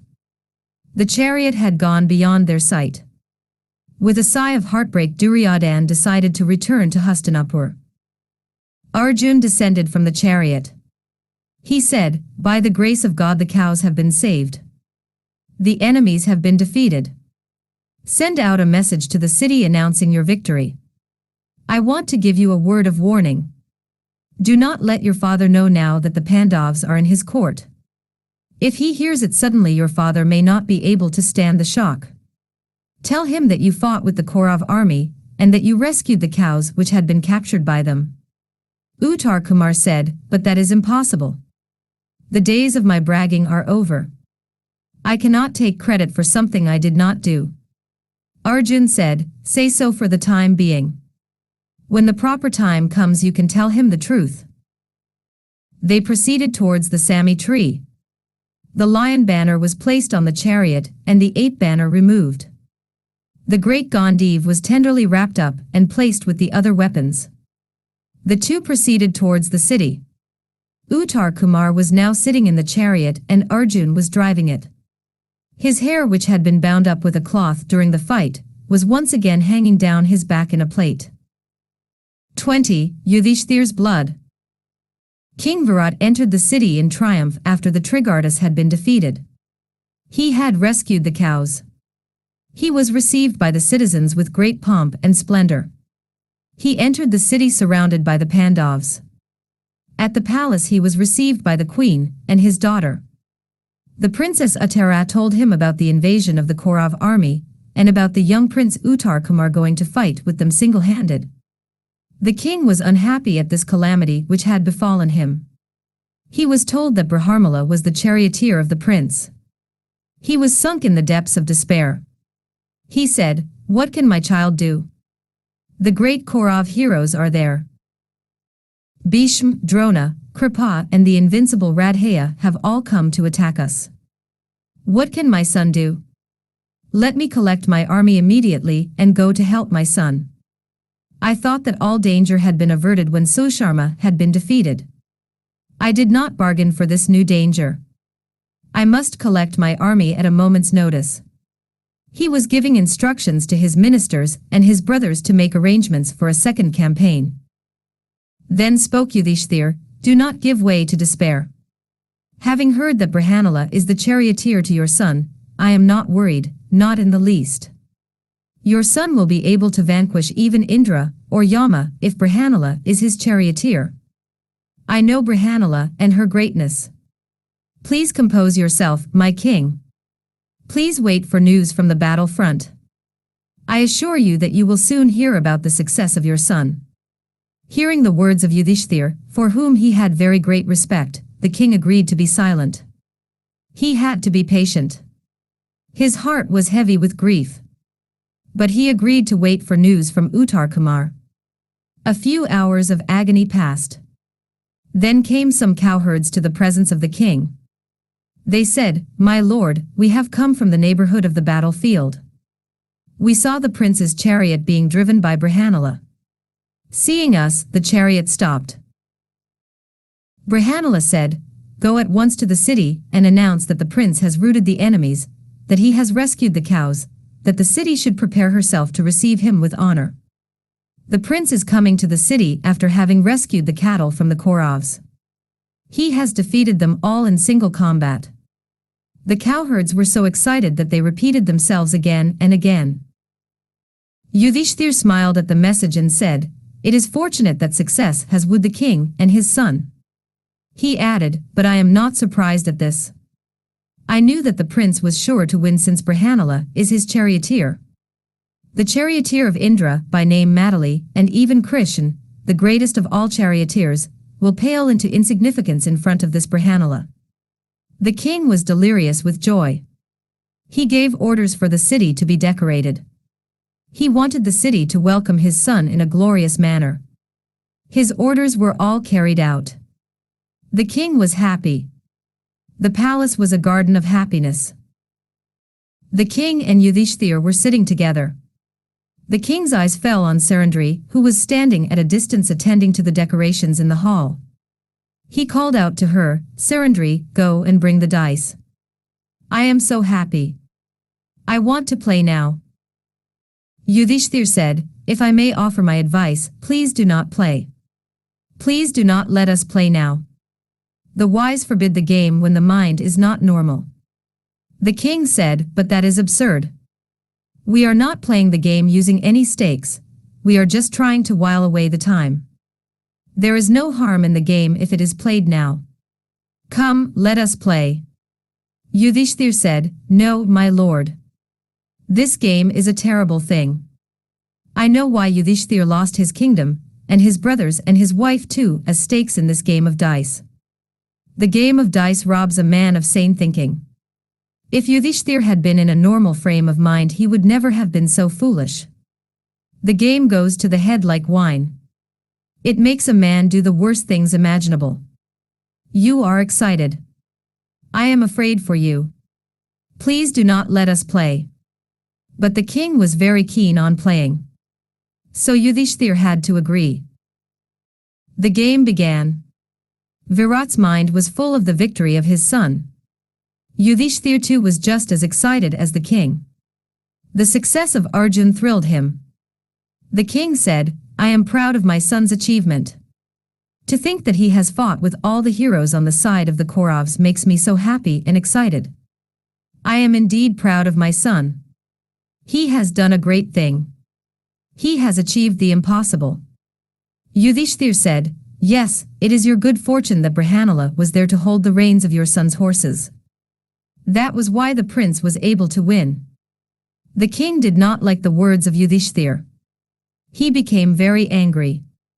He said, "You say that you are not surprised. Is it, then, such an easy thing to defeat the heroes in the Kaurav army? It is a great achievement. You keep on talking about that eunuch as though he is someone great. I tell you, my son is a great hero. You are insulting him and me by talking less of him and more about this. Dancer. I will excuse you this once. But please take care not to displease me again." Yudhishthir smiled gently and said, "Truth, my lord, is never pleasant to hear. I will tell you what must have happened. Please announce to the citizens about the victory of Brihanila. It is sure to be as I say. When I say a thing, it will always be true. I know that your son must have been the charioteer to Brihanila. She must have been the one to defeat the Kaurav army. Think of that army. It cannot be faced even by the Devas. How can a child like your son be able to defeat them? Only Brihanila would have been able to achieve this victory." The king was beside himself with anger. He took the dice in his hand and threw them forcibly at the head of Yudhishthir. Yudhishthir tried to prevent the dice from hurting him. But he was hit. It hit him on the forehead. Blood began to flow from the wound on his forehead. He would not let the blood fall to the ground. Yudhishthir cupped his hands and received the blood in his hands without letting a single drop fall on the ground. He cast a look of pain at Draupadi. She rushed to him with a bowl of gold filled with water. Yudhishthir washed his hands in it. Draupadi wiped the brow of Yudhishthir with her garment and tried to stop the bleeding. It was only then that Virat saw what was being done. He asked Draupadi, "Sarandri, what are you doing? Why are you wiping the blood from the wound of this foolish Brahmin with your silken garment?" Draupadi said, "If a drop of blood from the body of this good man touches the ground, your kingdom will not have rain for 1 year. Every drop means 1 year of famine.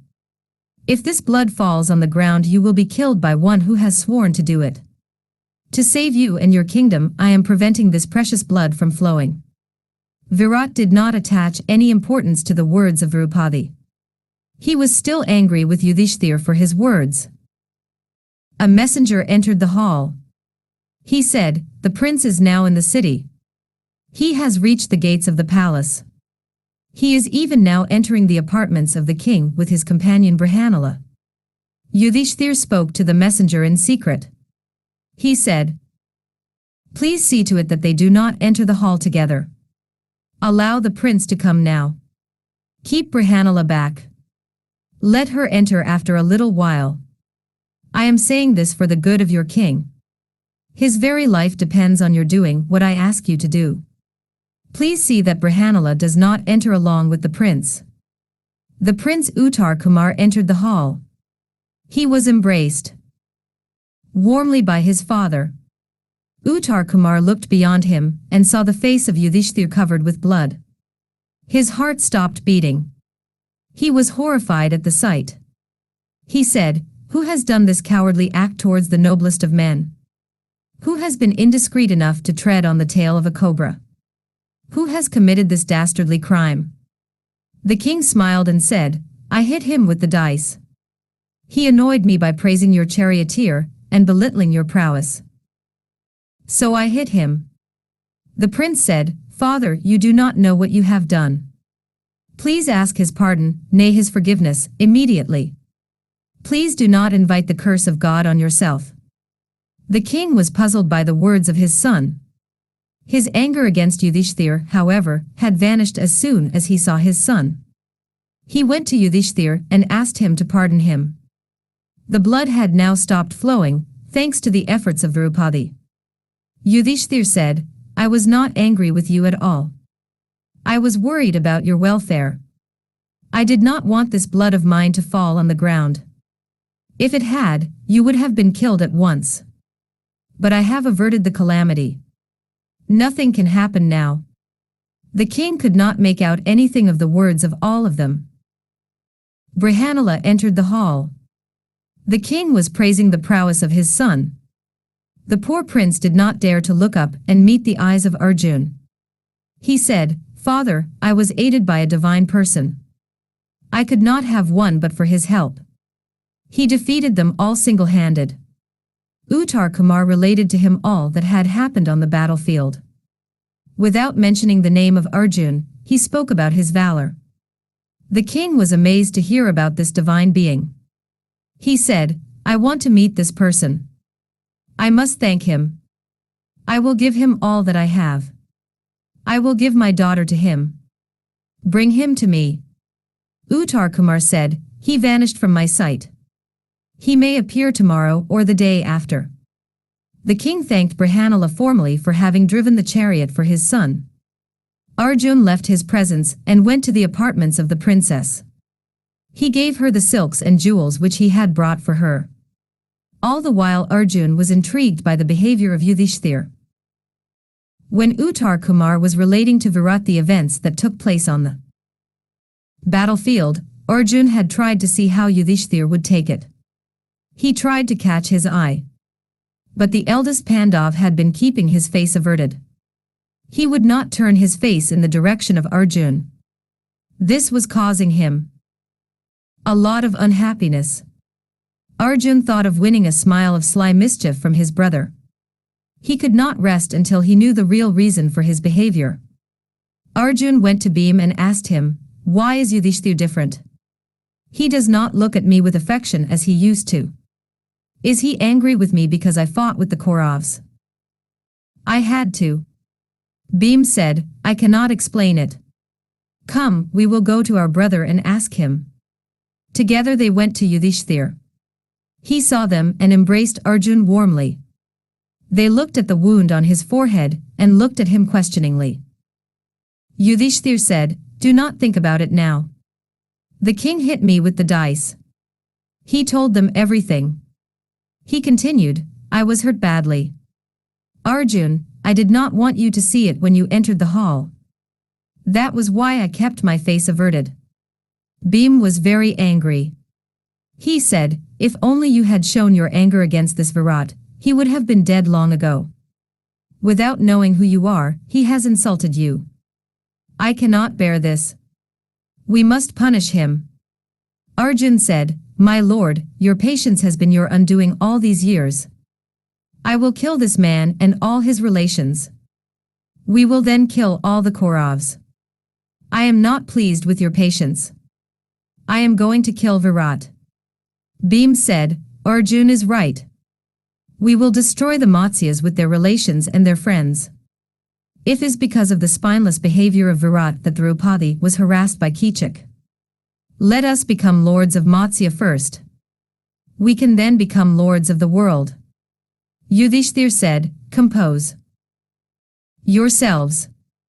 There is no need to kill him. He insulted me without knowing who I am. We will give him a chance. We will show him who we are tomorrow morning. We will occupy the throne. If he dares to defy us, then we will kill him. Not till then. Let him realize what he has done. If he is impertinent to me, we will all kill him and his people after that. But not now. 21. After the eclipse, the full moon. It was a beautiful morning. The 5 brothers got up early in the morning. They bathed themselves in perfumed water. They dressed themselves in costly robes made of soft silk. They put on gleaming jewels. They went to the court of Virat. Yudhishthir ascended the throne. Draupadi sat by his side. The 4 brothers sat all around him. They waited for the king to come. After a while, the king entered the hall with all his attendants. He was followed by his ministers and his many courtiers. He looked at the Pandavas glowing like fire, and was amazed at the sight. He looked at Yudhishthir and said, "Kunk, you are the dice player in my court. I had granted you several privileges because I thought that you were an honorable man. It does not mean that you should dress yourself in my silks and sit on my throne. I do not like your behavior. Explain yourself if you value your life." Yudhishthir smiled at the angry king. He said nothing. Arjun said, "Virat, please be careful. You do not know what you are saying. This man here is fit to sit with Indra on the same throne. He is the greatest soul that has been born on this earth. He is a lion among kings. He is Yudhishthir, the Pandav. His fame will live in this world as long as the sun rises and sets. This is the king who was surrounded by thousands of kings. The monarchs of the world were waiting on him as servants. He was the lord of Indraprastha. He was the sole monarch of the world. He is the home of truth and righteousness. The great Yudhishthir, the lord of the world, is now honoring your throne by sitting on it. Do you object? You thought that he had no right to sit on your throne. Do you still think so? Tell us." Virat was speechless with amazement. He stood silent for a few moments. Then he said, "If this is Yudhishthir, where are his brothers? Or rather, who are his brothers? Who is Arjun? Who is Bheem? Who is Nakul and who is Sahdev? Is this the fire-born Draupadi? Please tell me and satisfy my curiosity." Arjun told him who was who. He introduced them all to him. He sang the praises of the twins and that of Bheem. He showed Draupadi to him. Bheem introduced Arjun to the king. Uttar Kumar came in just then. He said, "Thank God I am free to talk now. I can tell the whole world what happened on the battlefield. It was Arjun who fought the battle for us, father. I was the charioteer to the great Arjun. He fell at the feet of the Pandavas and wept tears of joy." The king embraced Arjun and said, "God has been good to me. He made you save the life of my child." He fell at the feet of Yudhishthir. His form was drenched with tears. He took a chamra from one of the attendants and began to fan Yudhishthir. He washed the feet of Yudhishthir and said, "I am the most fortunate man on this earth. Your presence has graced our city all these months. My court took on a new splendor because of your gracious presence. Please be good enough to accept my kingdom. I am your servant, I am your slave. In your infinite kindness and nobleness you must forgive me for all the many indignities you had to suffer in my house. You are well known for your forgiving nature. You must have mercy on me and forgive me." Yudhishthir took his right hand in his and said, "I am not angry with you. On the other hand, I am very pleased with you. We have been able to spend the most difficult year of our exile happily in your city. I have never enjoyed myself as I did all these months. I have enjoyed this year as I never thought I would. We have all been treated with affection by you. We came to you as strangers. Your gentleness and your noble qualities have won my heart. I am very happy to have you as my dear friend." Virat was grateful to Yudhishthir for his kind words. Uttar Kumar came up to the throne. He said to his father, "We have been very fortunate in having the sons of Kunti in our midst all these months.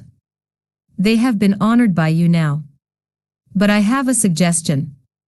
Father, you remember you said that you would please the person who helped me during the fight with the Kauravas. You said that you wanted to give your daughter to him. It is time you fulfill that promise. I will fetch my sister. Please give her to Arjun, the greatest of all the heroes of the world. The young prince went out and came back with the princess Uttara. Virat smiled at Arjun and said, Arjun, this my daughter has been your dear pupil for the last so many months. I will be greatly honored if you will accept her for wife. He fell at the feet of Yudhishthir and said, Please forgive us our faults and show me that you have forgiven us, by accepting my child as the bride of your brother. Yudhishthir looked at Arjun as if to ask him what he should say in reply to the words of Virat. Arjun got up from his seat and said, My lord, we do not want the kingdom of the Matsyas. We want only your assurance that you will give us your support when the war begins. This child, this Uttara, has been offered to me. I thank you for your loving thoughts which prompted you to do it. I appreciate it. But I cannot accept her as my bride. My lord, this child has been my student. She has been like a daughter to me. I cannot take her for wife now. It will not be right. He saw disappointment writ on the faces of Virat and Uttar Kumar. He smiled at them and said, Please do not let this disappoint you. I will still accept her. She has been my daughter all these days, and she will still be my daughter. I will be her father. She will become my daughter-in-law. I will accept her as the bride of my child Abhimanyu. He is the son of Subhadra. He is the nephew of Krishn. He will be a fit husband for my favorite student. Arjun smiled at Uttara and took her on his lap. He said, My child, Uttara, from today you are my daughter. Yudhishthir was pleased with the words of Arjun. There arrived in the court of Virat a messenger from Hastinapur. He came to the court of Virat when Yudhishthir was there with his brothers. He said, These are the words of my king Duryodhan. You must prepare yourselves to go to the forest for another 12 years. Arjun, one of the Pandavas, was seen by us before the expiry of the 13th year. This is the message that has been sent to you. Yudhishthir laughed loud and long. He said, Go back quickly to your lord, master and king, and give him my message. Let our revered grandfather Bheem say whether the 13th year has been completed or not. In a few days, he will get a message from me. Ask him to be ready to answer that question of mine. Till then, ask him to leave us alone. 22. The wedding of Abhimanyu. News flew from one end of the world to the other that the Pandavas had come out of their Ajñātavās, that their term of exile was over. There was no other topic of conversation. People were everywhere discussing what the behavior of Duryodhan would be. The Pandavas took for themselves the city called Upaplavya. It belonged to Virat. Yudhishthir sent messengers to all his friends and well-wishers, the first of these being, of course, Krishn and Draupadi. They hurried to Upaplavya. Balram was the first to arrive. He was followed by Krishn, who was accompanied by Subhadra and her son Abhimanyu. The meeting between the Pandavas and Krishn was very tender. The host of the Vrishnis had arrived. The Pandavas with Virat went to the outskirts of the city to receive Krishn and Balram. They fell at his feet. Their eyes swam in tears. They said, By your grace, Krishn, we have finished the 13 years. You are our lord and friend. We are in your hands. You are our refuge. We will do what you want us to do. We have no mind of our own. We are yours and you are ours. You mean everything to us. Krishn was overcome with emotion when he looked at his dear cousins. His tears flowed like a river. Draupadi was as much upset as he was. They could not talk for a long time. Tears choked their voices. They stood silent. Krishn took the hands of Draupadi and lifted her up. He dried her tears with his fingers. He said, No, Draupadi. Do not weep. The time for tears is over. Smile now. The day is near when your smile can come back to your face. Dry your lovely eyes. I will set about fulfilling the promise I gave you in the Kamyaka forest 13 years back. The sickness in your heart will be cured soon. They entered Upaplavya. All the kings who loved Yudhishthir had come there. They were all pleased that they were meeting Yudhishthir and his brothers after the 13 years of exile. They were glad that Virat had been their host for 1 year. The marriage of Abhimanyu was to be celebrated soon. All the kings stayed on to attend the wedding. The wedding was celebrated with great joy. Young Abhimanyu looked like his father and his uncle Krishn. He was the most handsome bridegroom that ever sat before the sacred fire. The bride was a perfect mate for this young lion. They made a beautiful pair as they sat before the sacred fire. Dhaumya was the officiating priest for the Pandavas. Krishn and Arjun sat side by side smiling often at each other. The city of Virat was like heaven on earth. The marriage was a fitting end to their years of pain. It made them forget the past few years. It made them forget all that. They did not remember the pain of the past so many years in the joy of seeing their child happy. It was a delicious moment which they enjoyed as much as they could since they knew that it was just a respite. Great things were waiting to be discussed. The future of Bharatvarsh hung in the balance. But that was all for tomorrow. Today was the wedding day of their dear child Abhimanyu. They refused to think of anything except the love light in the eye of Abhimanyu and the shy response in the eyes of Uttara. The guests who had come to attend the wedding were there with their armies. They had all come there to assure Yudhishthir that their army was at his disposal. Draupadi, the sons of Draupadi, Drishtadhum, Shikhandan were all there. The cousins of Krishn, Kritvarma and Satyaki were there. Draupadi and Subhadra were the queens in the palace. Sudeshna was now the maid in attendance. The palace of the king looked like the home of Indra. The Pandavas were very happy. Balram and Krishn were shining there in the hall like the sun and the moon. All the others were but stars in attendance. Great was the happiness in the heart of everyone during the days of the wedding of Abhimanyu. End of Vana Parva.